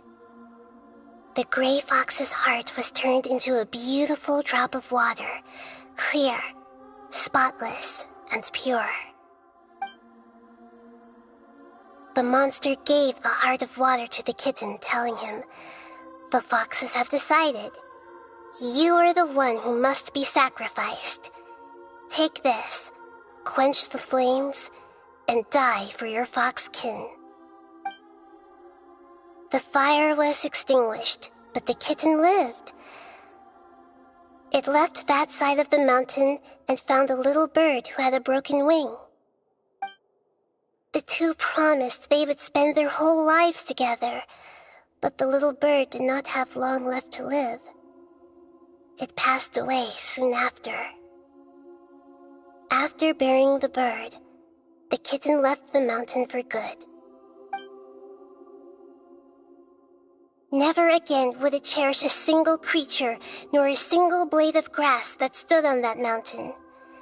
The kitten spent the nights wandering aimlessly, gnashing its teeth at the moon. How it wished to swallow the moon and devour the moonlight. If the world could only return to darkness, then it would finally be peaceful and content. I will become the new moon, the answer to everything. Then, no one will know that there were once birds, foxes, and cats in this world. And no one can know that they were different.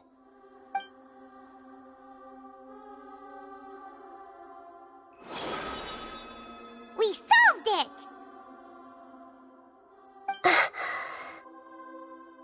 I remember now. This is not just the Balladeer story. It is his very own memories. I made a backup so that it would be preserved no matter what happened. To become a god, he was experimented on and modified countless times. It was brutal torture, and the only reason he was able to survive is that he was a puppet. This memory was extracted from him by the scholars. Presumably, they kept it to have something to defend themselves with. Creating a deity was just the first step. Some of them wanted to be able to control it. That's why they backed up his memory for later use. I buried it deep inside one of my own dreams, and then hid it inside an allegorical story so that it wouldn't be altered. It's hard to believe that this person really existed, let alone that he tried to get rid of us on more than one occasion. Paimon has no memory of him at all. He completely vanished like a puff of smoke. The Balladeer agreed to help me look for information about the Descenders, and although he was unsuccessful, he still helped you. Before he vanished, he confirmed an important detail, that Conria was where your twin first came into this world. We still don't know how the change to Irminsul will affect the senior ranks of the Fatui, but in all likelihood, they won't even remember their own Harbinger. It sounds like Paimon wouldn't like this guy a whole lot if he was still around.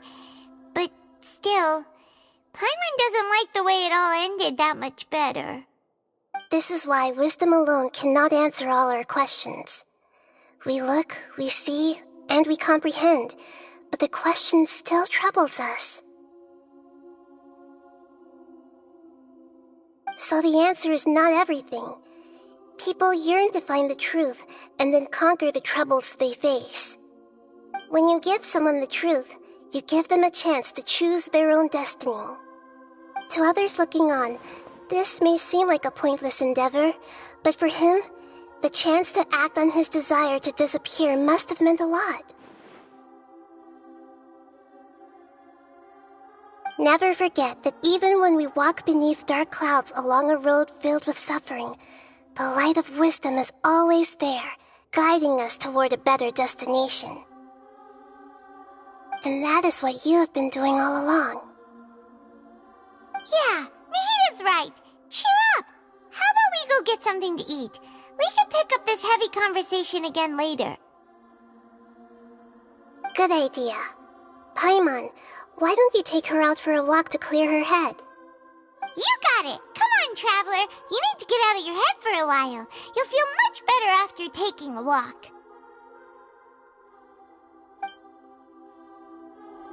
Let's go get a snack from one of the stalls in the Grand Bazaar! That'll be sure to lift our spirits. It must be really tough being the only one who remembers all that. But Paimon's always here to help cheer you up.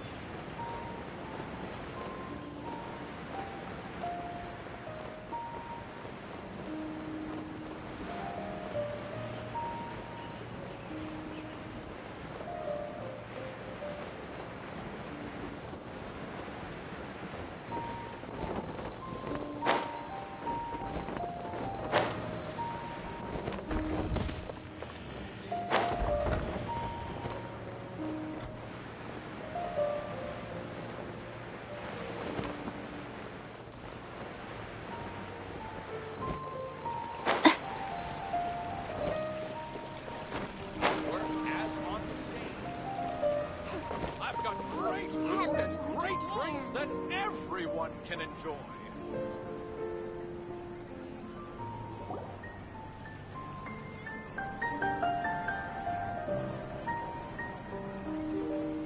We're here! What should we eat first?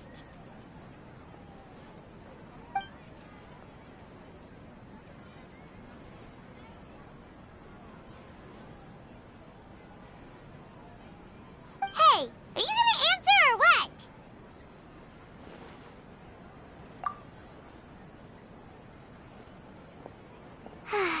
Alright, whatever you want. Well, Paimon will be right here when you figured stuff out. Then we can get something to eat.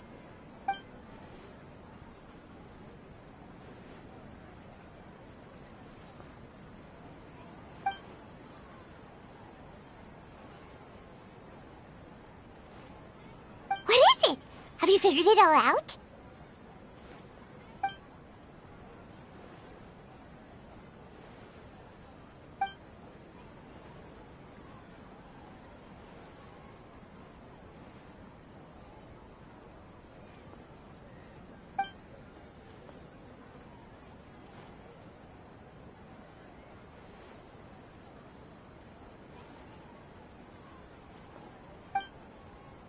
Why'd you jump up all of a sudden?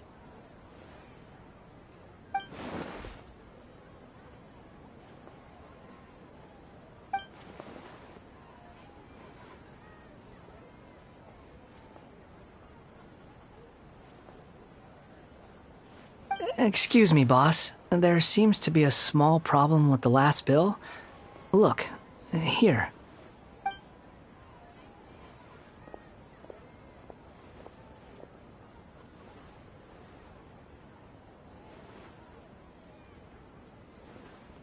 Hey! Hey, wait! Hmm? You mean me? No, not you. That kid! Didn't you see? Little rascal grabbed my last 2 fresh Sunsettias and ran off. Look, if you're gonna help out here, you can't keep spacing out, okay? What is it? Work's too boring for you? Or has the big city got too many distractions? I wasn't paying close enough attention. Sorry, boss. I think you're right. Maybe it's the city. It's so exciting. It can be hard to focus. Who's that guy? You know him or something? He's who? You're a strange one, kiddo. You say you don't want any money for helping out here, and then when I actually give you some work to do, you keep letting yourself get distracted. I don't want to take advantage, so I'm happy to pay you what I'd pay anyone else. But if you keep acting like this, pretty soon I won't be able to afford to. No, please. I mean it. You don't need to pay me anything. I'm just so thankful you agreed to take on an outsider like me. You're welcome, I guess. But I got bigger things to worry about. Look, we're all out of Sunsettias, and I promised the lady down the street I'd deliver a fruit bowl this evening. Leave it to me. I'll find some more. Just a moment. I'll be right back. Stop. I'm gonna level with you, kiddo. I've never met a worker who said they didn't want a wage before. And at first, I got greedy. Couldn't believe my luck. But I figured you'd start asking for something in return eventually. You don't want money. You don't take days off. And in your free time, all I see you do is wander around, taking in the sights. Are you a drifter or something? That's right, I am. We can talk more about that later. First, let me get those fruits you needed. Sunsettias, was it? I'll be right back. Hey, what do we do now? Okay, stay out of sight. Don't let him see you.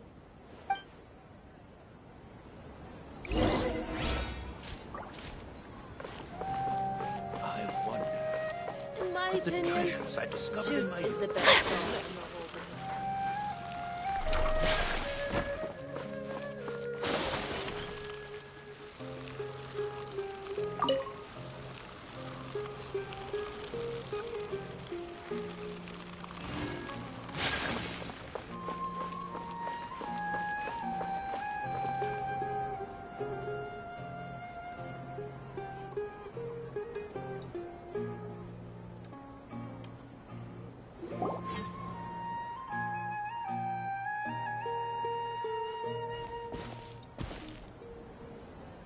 Yeah, this'll do. Even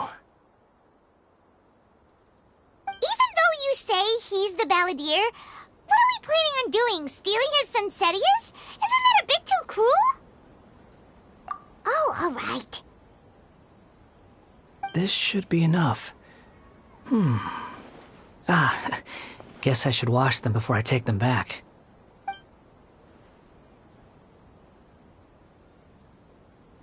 Huh? You two over there. Is there something I can help you with? He spotted us! You've been following me all the way from the city. I'd have to be blind not to notice. Have we met before? No, we haven't met. But you know me? I have no recollection. Are you absolutely sure? Sorry, but I just can't take your word for it.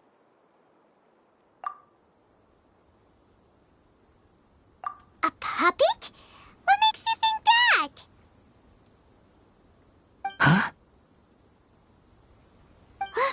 You were right! The look on his face! I guess you do know me after all. That is not something I share with a lot of people. Look, I'm just a wanderer. But seeing as you've gone through all this trouble to track me down, I'm sure whatever it is must be important. Okay, but please let me deliver these goods to my boss first. Are you really working for that guy? He said you don't want any more for it. Is that true? Yes, I ran into him out in the wilderness during a storm, and he let me take shelter in his cart. In return, I said I'd be his helper for a while. That's oddly nice of you. Let me take these back. Then I'll come with you, okay? Then let's return to the city.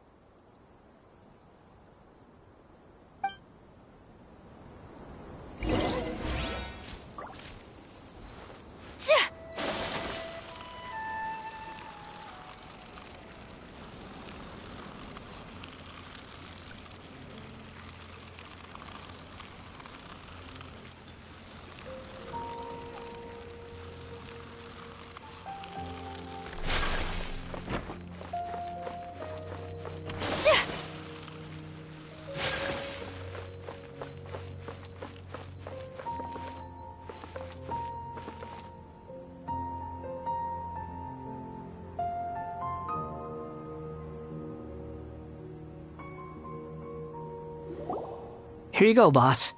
I'll leave them right here.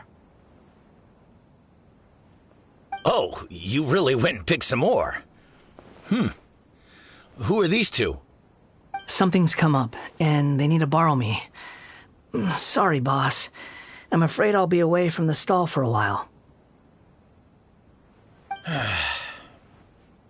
I was just about to pay you anyway. Go wherever you want, kid. Don't waste your time here.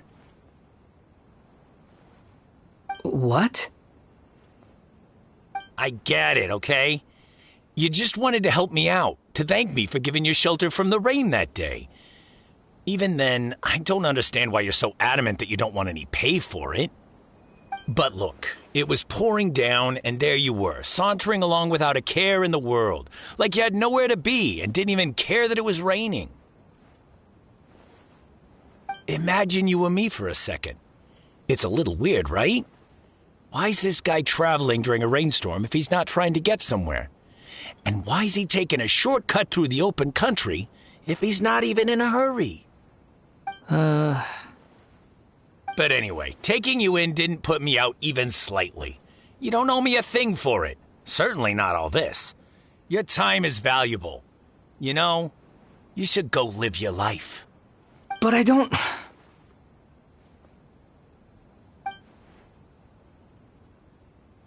No, you're right.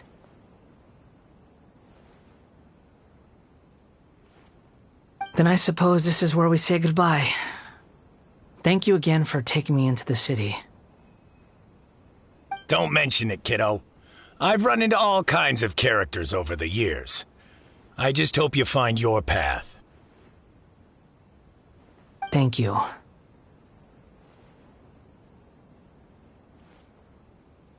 All right, done. Thanks for waiting for me. We can go now.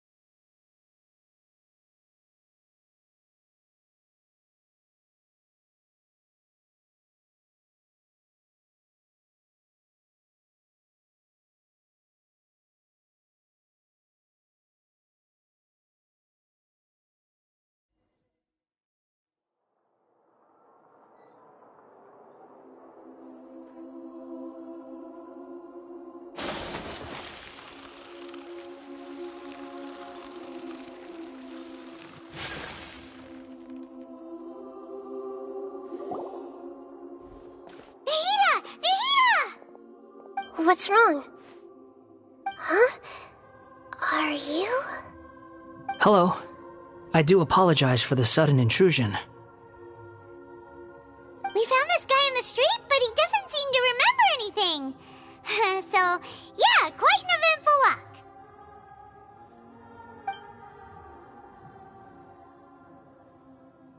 You say that you are trekking across Teyvat to train yourself. Many other Inazumans who describe themselves in this way call themselves Shugenja. Why do you refer to yourself as a wanderer? Well, it seems more relevant in my case. To me, it sounds like a plant with no roots. But these two claim that they know me, and that I have a hidden past unknown even to myself. I wouldn't call it the past, but rather... this is a difficult one to explain. I don't like to rely on using terms like this often, but in your case, it seems that it ought to be called, previous incarnation. Oh, like a past life or something? Yes, something far more distant than the past. So far away that you cannot perceive it. Okay, I have to ask. What was I like in my previous incarnation?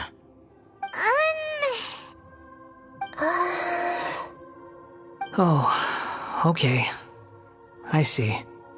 You want to tell me, but you can't bring yourselves to say it. Looks like I didn't have the most wonderful existence in my previous incarnation. If it's that difficult to talk about, I have no doubt it will be just as difficult to hear. But I'll be able to handle it. Please, tell me the truth. Is truth something you care a lot about? Yes. Then I'll be straight with you. In your previous incarnation, you did many things that would be considered evil. You nearly died because of what other people did, and many died because of you. As a non-human being, you hated gods and humans alike. You drifted from place to place, never able to settle, even where you found status and identity. You adamantly believed that you were missing a heart. Actions rooted in persistence sometimes bear bitter fruit. Sometimes, you have to let parts of yourself go, or you'll never be happy.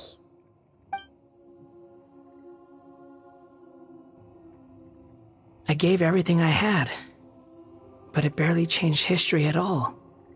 In terms of the outcome alone, that's true. I don't think I can judge everything I've heard purely in terms of right and wrong.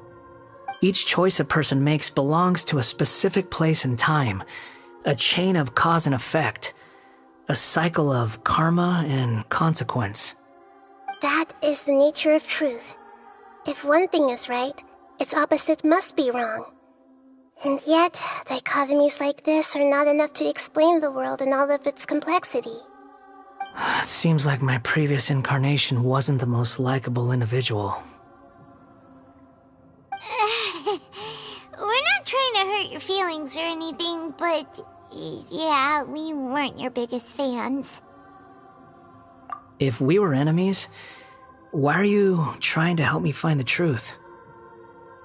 This is so frustrating! This guy's supposed to be our arch enemy, but now he's just some random stranger we met on the street! He's got so much to answer for, but we can't make him talk because he doesn't remember anything. What a weird situation. Lesser Lord Kusanali, as the god of wisdom, I trust that everything you told me must be true. Yes, it's all true.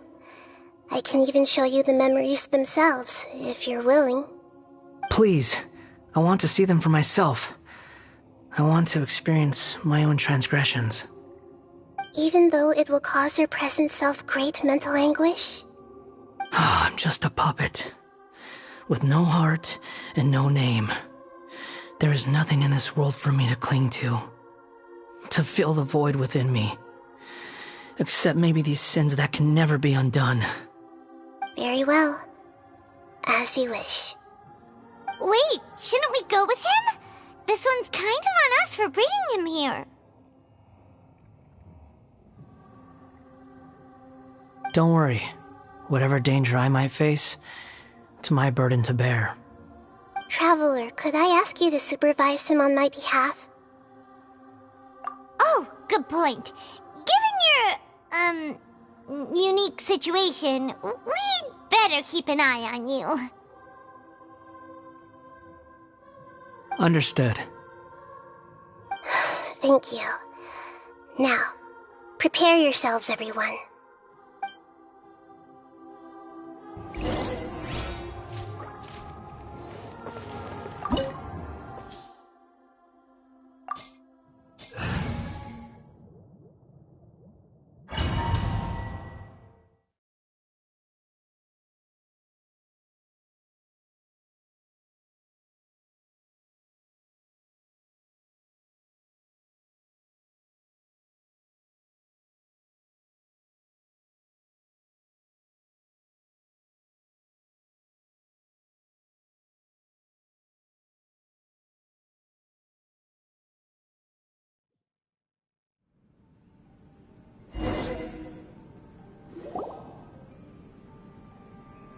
This looks like Inazuma. Right now, you're in a dream I created using information extracted from your memories. These memories will show you the raw truth, but be aware that enemies may react just like in the real world. Please be careful. Sounds like an immersive experience. It's a good thing we came along. You don't need to do this for me. I don't deserve your protection. We never give up halfway. Well, we had to once, but that was your doing. All right. Thanks. Wanderer, this is the Shake Pavilion. In your Balladeer incarnation, this is where the Electro Archon placed you after your creation. You had a great many memories here. Is that because this is kind of like his birthplace? You could say that, in a sense. You'll see why shortly. I hear footsteps. This place is huge. I can't believe the landslide didn't fill it in. I wonder who built it. The Crystal Marrow Miners? No, there's no way. Look at this exquisite construction work, and so well preserved, too. No mining crew would be capable of this. There's someone passed out on the ground. Who are you? You're awake. What happened? How'd you get stuck here?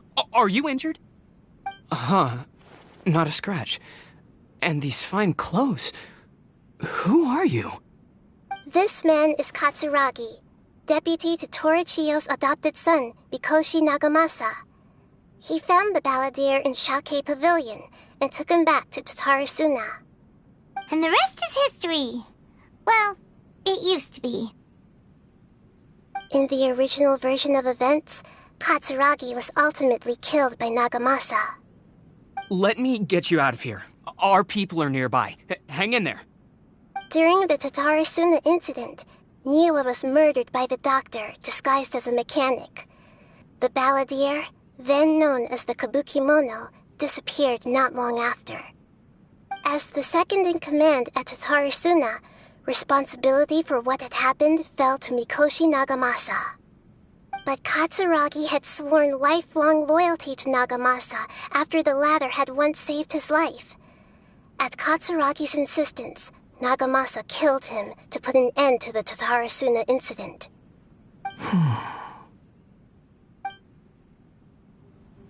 Katsuragi seems like he was a good guy. He looks like a warrior, but he has a kind face. Why couldn't he live a long and happy life?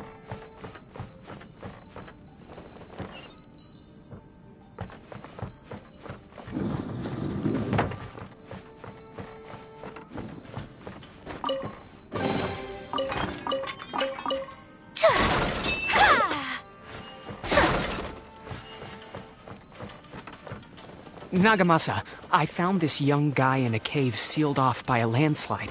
He doesn't remember his name. Well, we need to call you something. I hear the workers are calling you the Kabukimono. That's fine with me.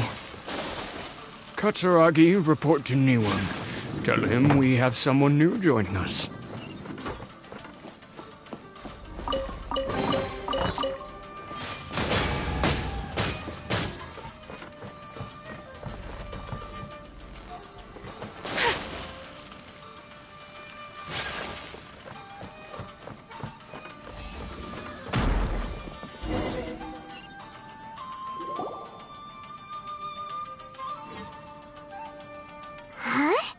What are we doing back here?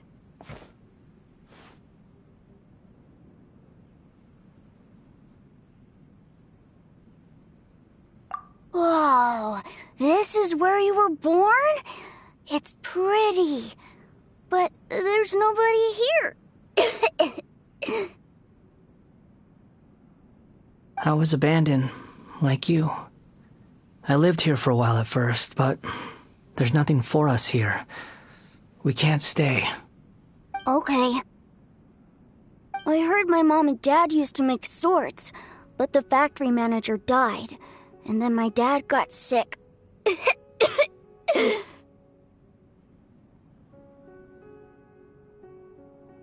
He kept coughing all the time, just like me. Then Mom started coughing too. But you can't. You promised me. Yup, we're family now. We're gonna be together forever and ever. This child didn't have a name. Or rather, the balladeer didn't know what to call him. His father died before he could name him. After his mother died, the child stayed in their straw hut alone. Some of the neighbors helped to raise him. After leaving Tatarasuna, the balladeer ran into this child who didn't have a name, just like him. They made a promise to live together. What happened to the child then? He died from his illness while he was still very young. The balladeer came home one day and found that he had stopped breathing. Hey! What's wrong? Say something! You promised me we could be family! You're no different from Niwa and all the others. You betrayed me too.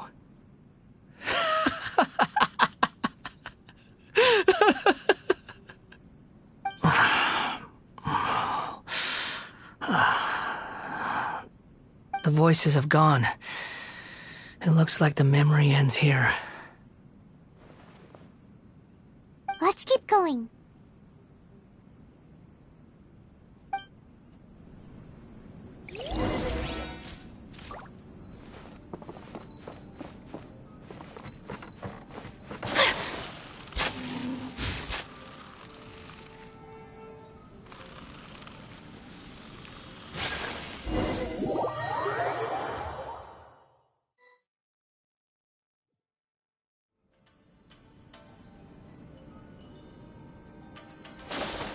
You do realize you're blocking my path.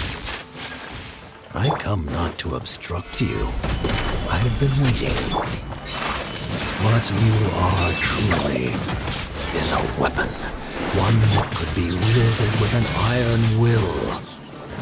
Or you could continue to drift aimlessly.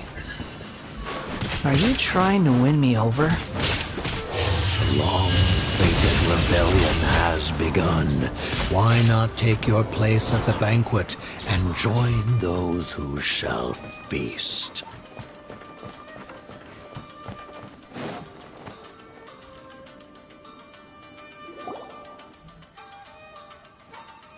This place is dark. Paimon knows this place. It's the Delusion Factory in Inazuma. In the original version of events, the Traveler once encountered the Balladeer here. Such a creepy atmosphere. And so familiar.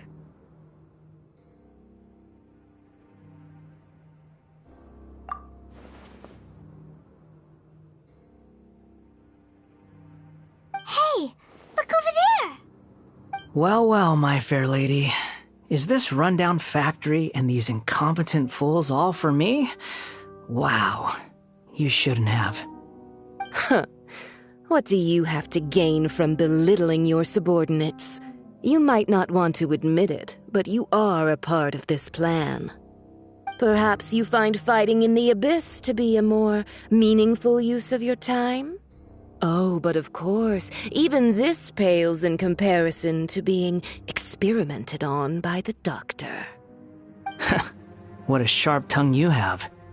Funny how negotiating never seems to be your strong suit.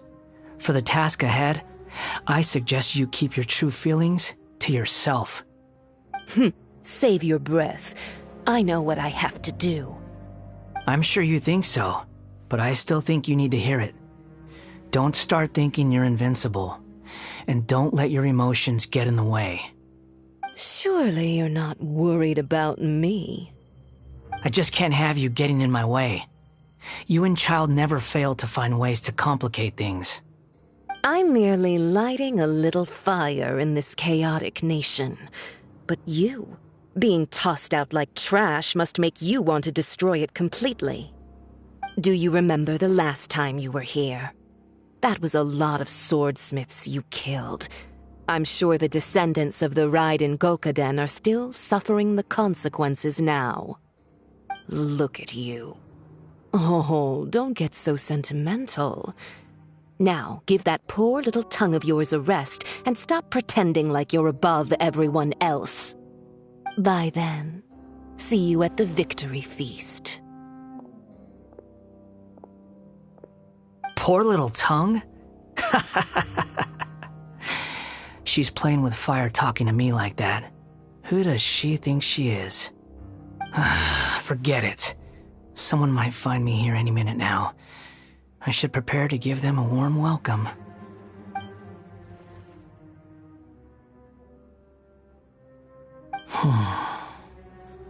The plot does not end here. There is more of this story to come. Wanderer, are you able to continue? Yes. Please don't worry about me. Why are you staring at me in silence? Can't you think of a nicer way to express yourself? I'm under no obligation to be nice to you. Besides, I thought nothing mattered to you except results and your own interests. Isn't that right? Witch? Muddle-headed puppet. You're only number 6 because you can take more abuse than other humans. Do you really count that as an asset? You're about as much fun to be around as a raging inferno. But before we murder each other, it'd be best if we finish our duties.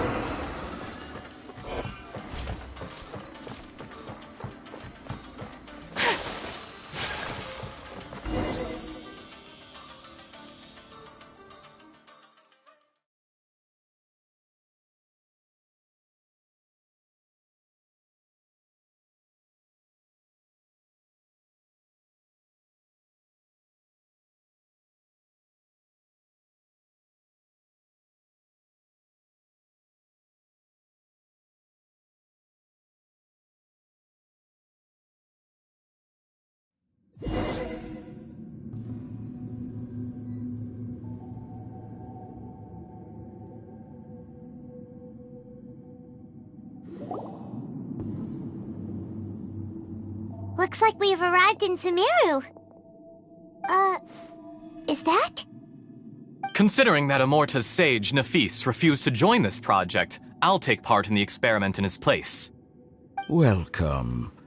I look forward to a fruitful collaboration. When do we start?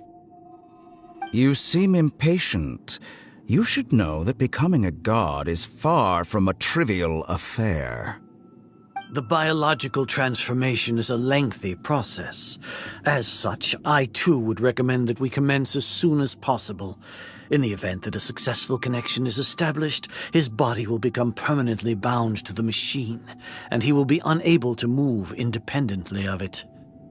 Nothing worse than what I've been through before then, Doctor. You were the most resilient test subject I ever came across.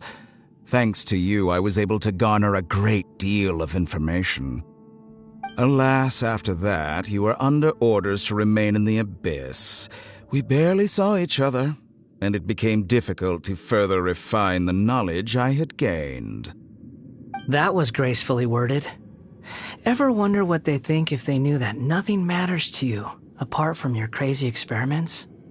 I suggest you speak to me in a more respectful tone, Scaramouche. The mere fact of your utility does not make you indestructible. The doctor again? That was uncomfortable to watch. That person gives off a very sinister energy.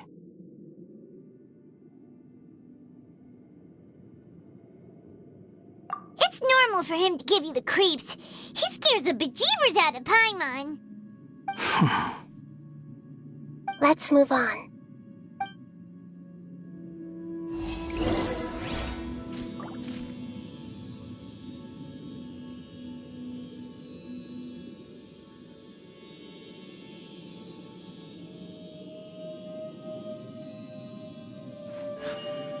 A blade embraces its duty, as a jeweler cherishes their gems.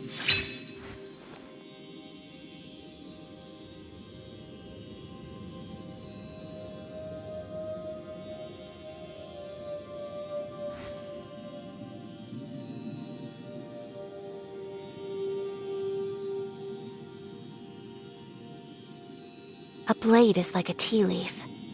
Only those who sample it many times can appreciate its true qualities.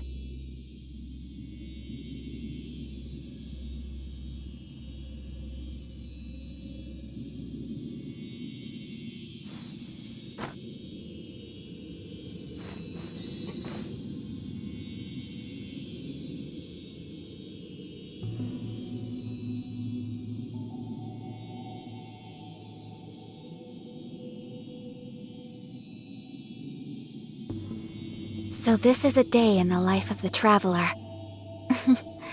I'm learning more about you all the time.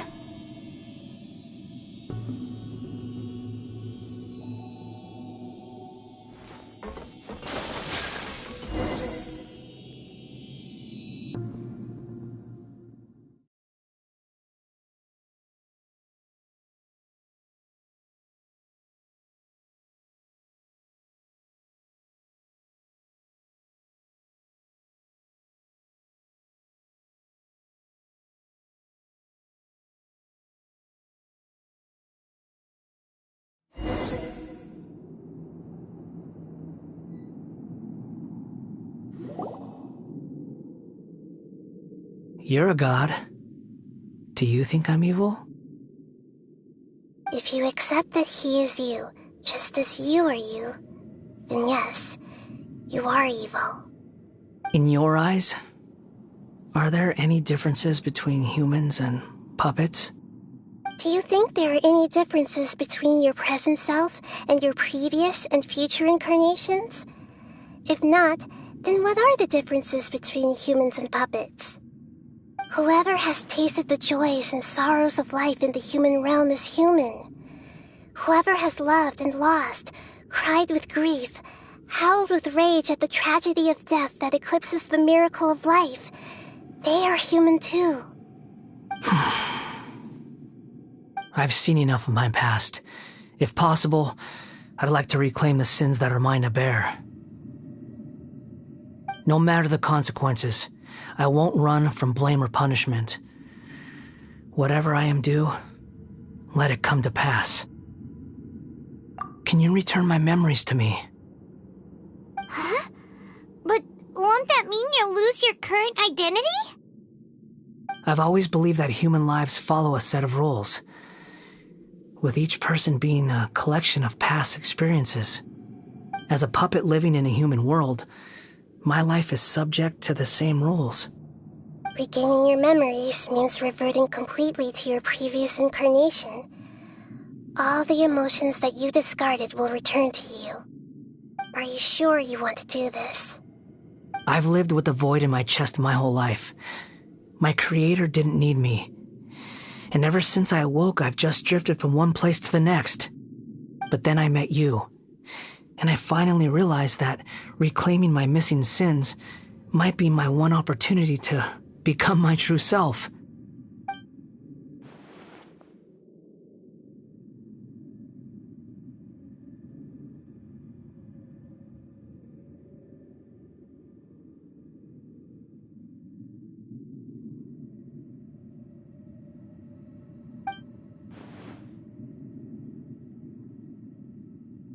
I've always felt I have an innate tendency to yearn for something more, in a way that goes deeper than for most people. But for all my soul-searching as a Shugenja, I've never fully understood it. Looking at it now, it seems that I brought this curse upon myself. So I beg you, grant me this opportunity to gain a purpose, to change my destiny, and end my wandering. Very well. Since your mind is made up, I will return to you that which is yours.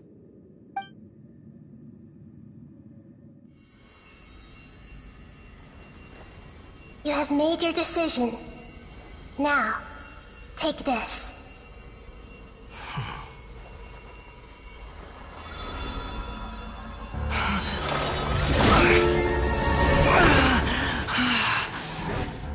Set him free. A puppet? What's he doing here? You're a human as far as I'm concerned. Everyone's here. Wonderful. What a fine blade. Nagamasa will be thrilled. This is my...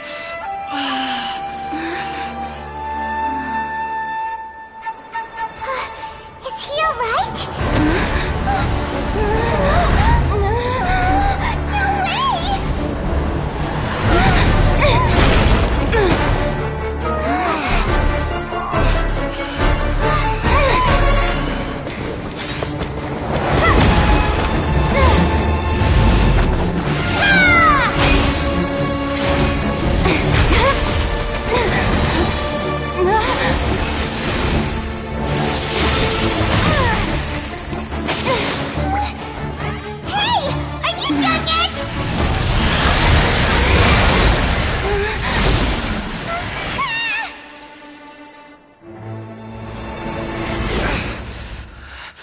All worthless dross will be purged. That's why this won't be the end.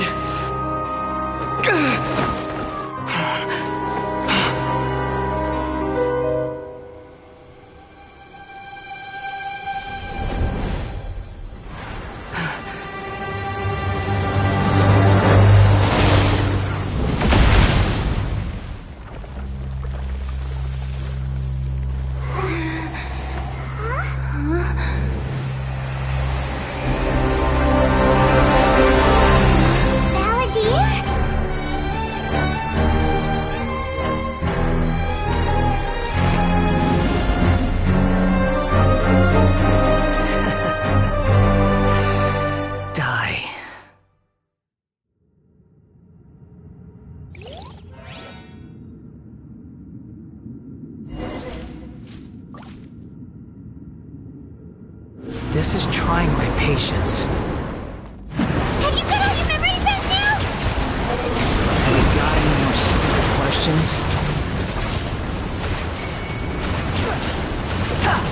The wind rises. Feeble human!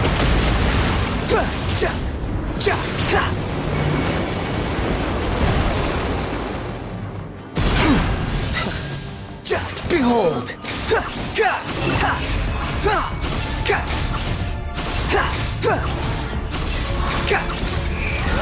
At my command, you shall fall!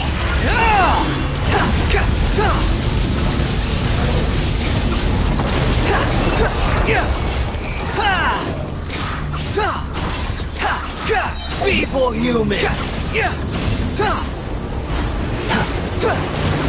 Unsightly insects! The wind rises.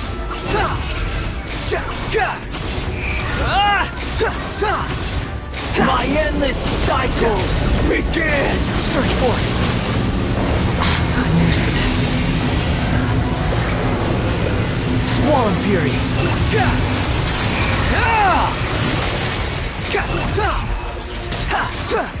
Insignificant pest!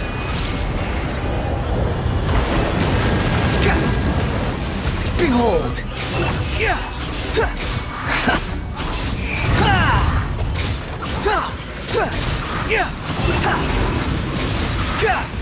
Perish! Cry louder!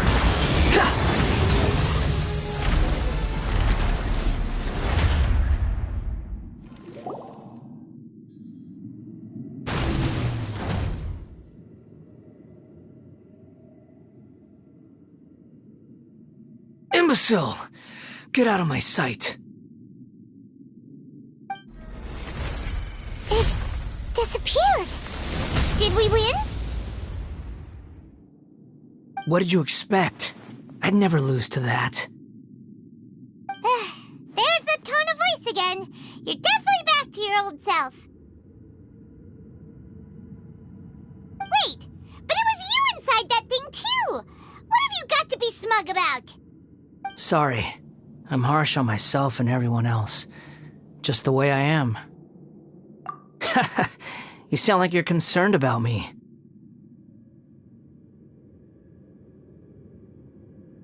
But don't worry. Thanks to you, even if I didn't change a thing, at least I now know the truth. The memory recovery seems to have been a success. This dream has served its purpose. Come on. Let's continue this outside.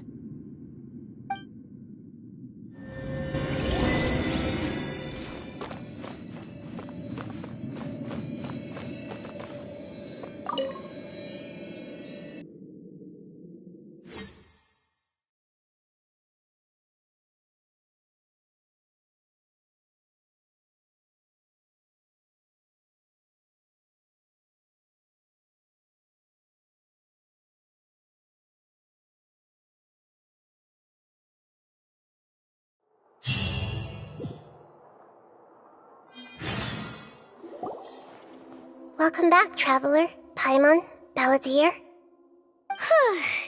feels like we just went on a really long journey. Paimon's exhausted. You don't like being addressed by that name? It's fine. But I was just thinking, I should probably change it.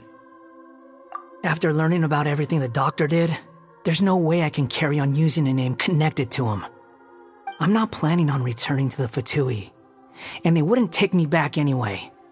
Recent events will have affected a lot of people, and they might not even remember who the 6th is. So, you're quitting the Fatui for good? It's like you said, Lesser Lord Kusanali. Everything may look futile, but it wasn't completely meaningless. At least I made a lot of people forget about me. But that doesn't mean your own past has disappeared. Of course. And your main goal, for which you gave up everything you had, you weren't able to achieve it. I hope you can see and understand that. Changing the world, changing the past, changing the fates of other people, These are not simple things to accomplish. What you are looking for is complete annihilation. But this is just a fantasy. Even if the Balladeer is removed from existence, the world will not heed your will. Indeed. How ridiculous. Do you regret doing all that when you've gotten so little in return? Even if I'm completely worthless, there's nothing in the world worth regretting. Lesser Lord Kusanali, you purposely left that information in Irminsul, didn't you? Yes, and I took pains to make sure that you'd acquire that information naturally.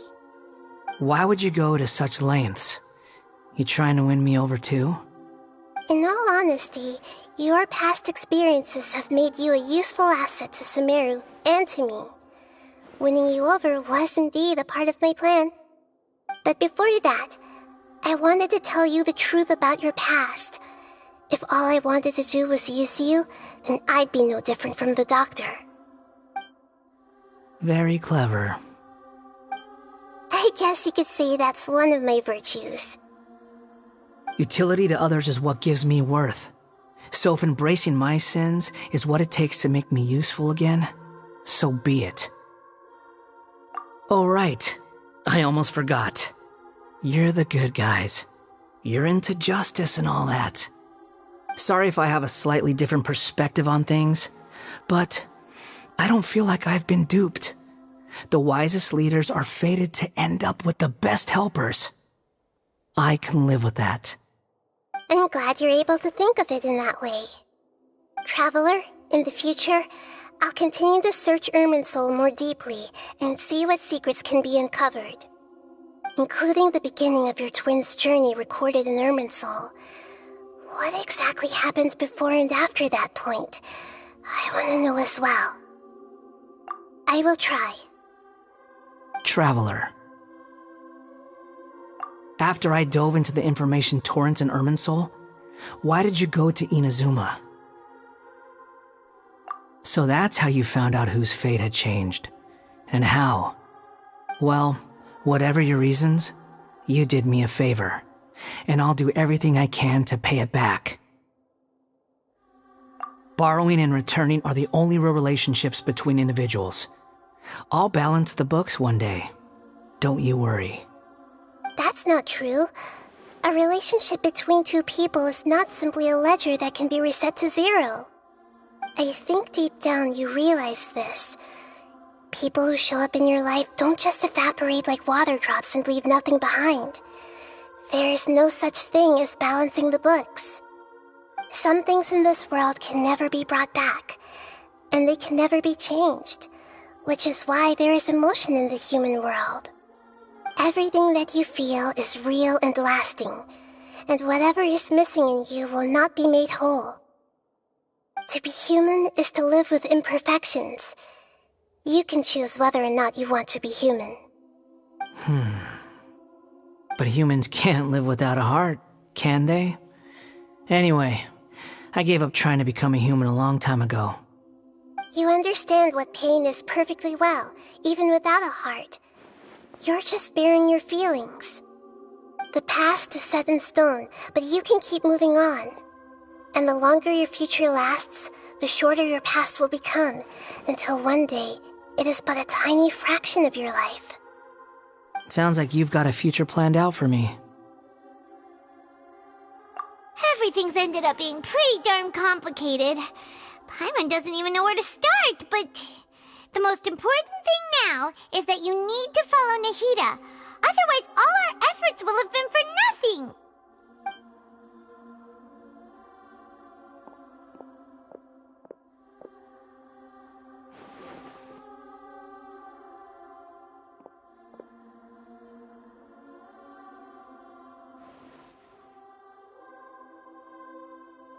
Then I guess I'll be helping you from behind the scenes from now on. I'm glad that you've accepted our proposal. Why don't you choose a new name to celebrate? Ooh! Paimon wants to pick an ugly nickname for you, too! Why? Because Paimon that much. Then I hope we don't see much of each other in the future. A name is life's first gift. You didn't say it out loud, but I know that's what you're thinking.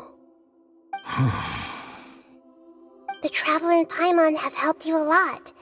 If you can't decide on a new name, maybe you can ask them for ideas. No! Paimon only does nicknames! If it's a serious name you're after, it's all yours.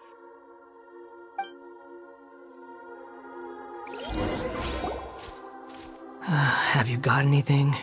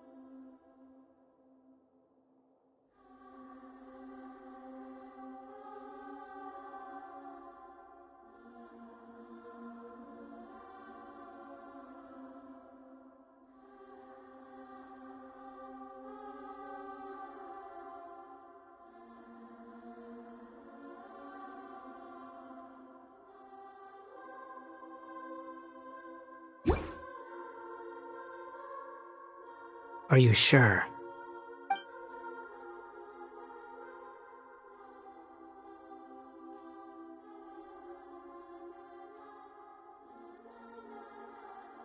Okay.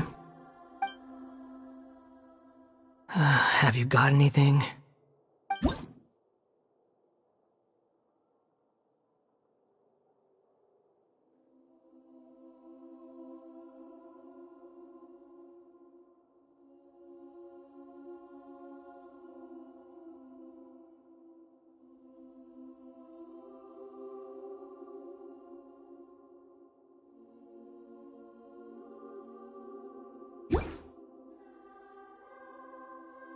Are you sure? Oh, alright. If you say so.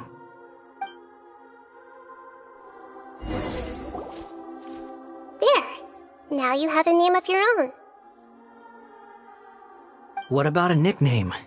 Are you done yet? Still thinking. Stop rushing me! Take your time. I don't need to see you again until you've thought of one.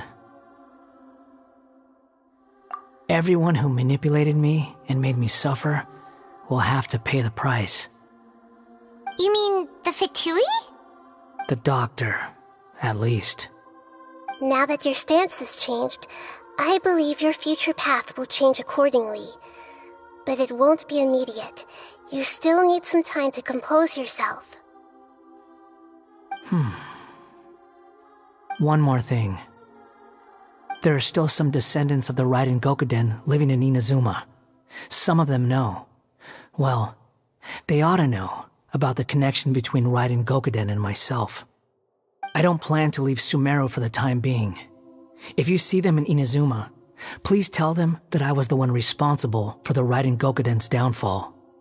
Even though the events have been erased from the world, they still deserve to know the truth. I see. That is up to you. Huh?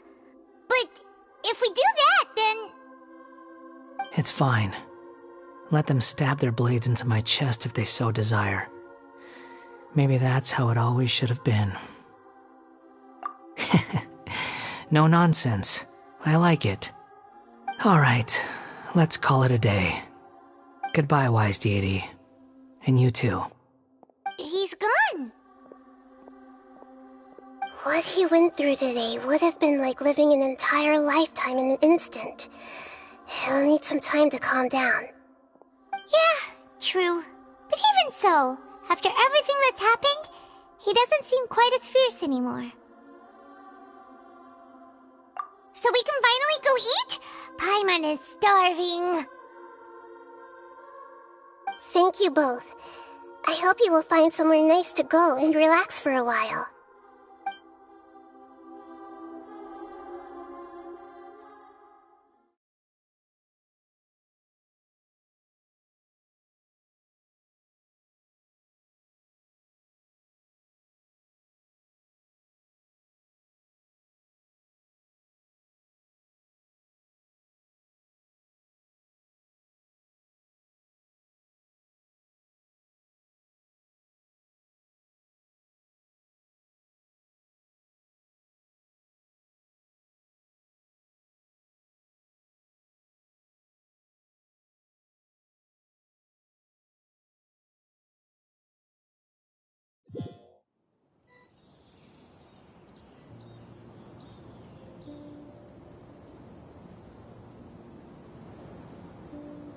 I've got it! I can end my novel with some words from Mikoshi Nagamasa. You mean because everyone else in the story is dead? Yeah, I heard that Mikoshi Nagamasa died at a ripe old age. He's the perfect fit to be the narrator of the epilogue.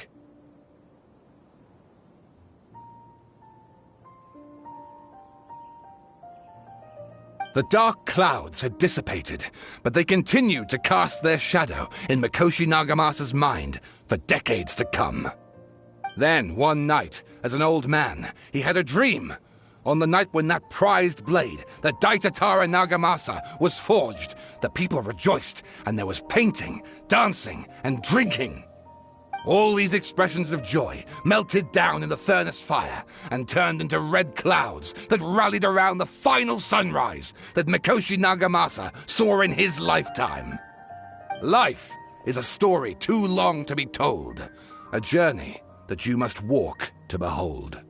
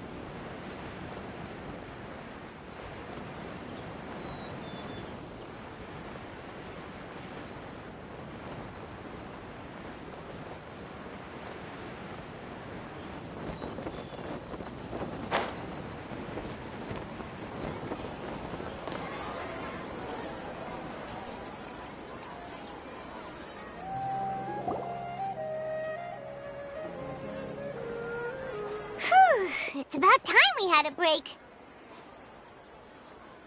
As soon as you stop, all the tiredness and hunger comes rushing back.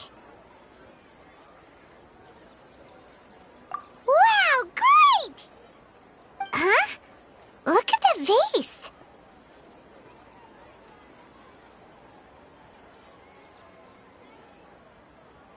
Did someone break it while they were cleaning the room or something? But Paimon doesn't remember there being a cleaner.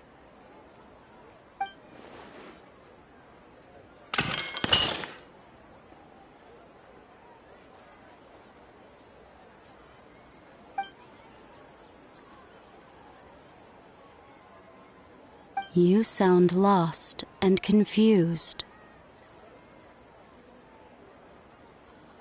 I know why you are troubled.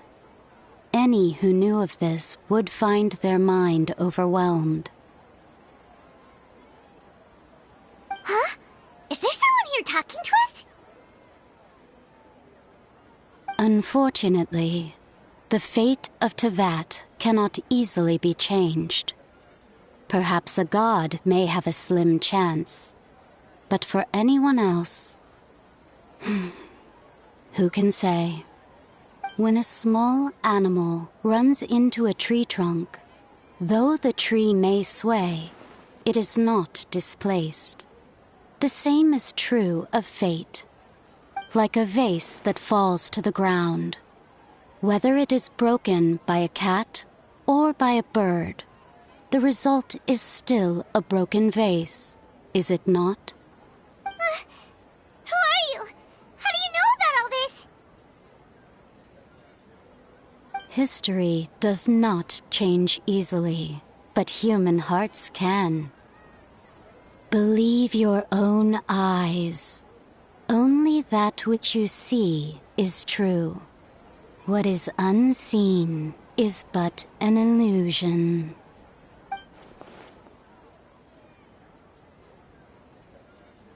The voice has disappeared.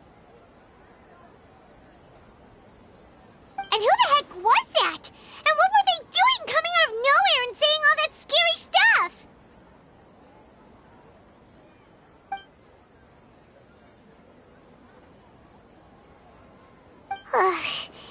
Anyway, that face is still lying there broken on the ground. Should Paimon go get someone to clean it up? It feels wrong just leaving it there. Just a moment. Paimon will be right back.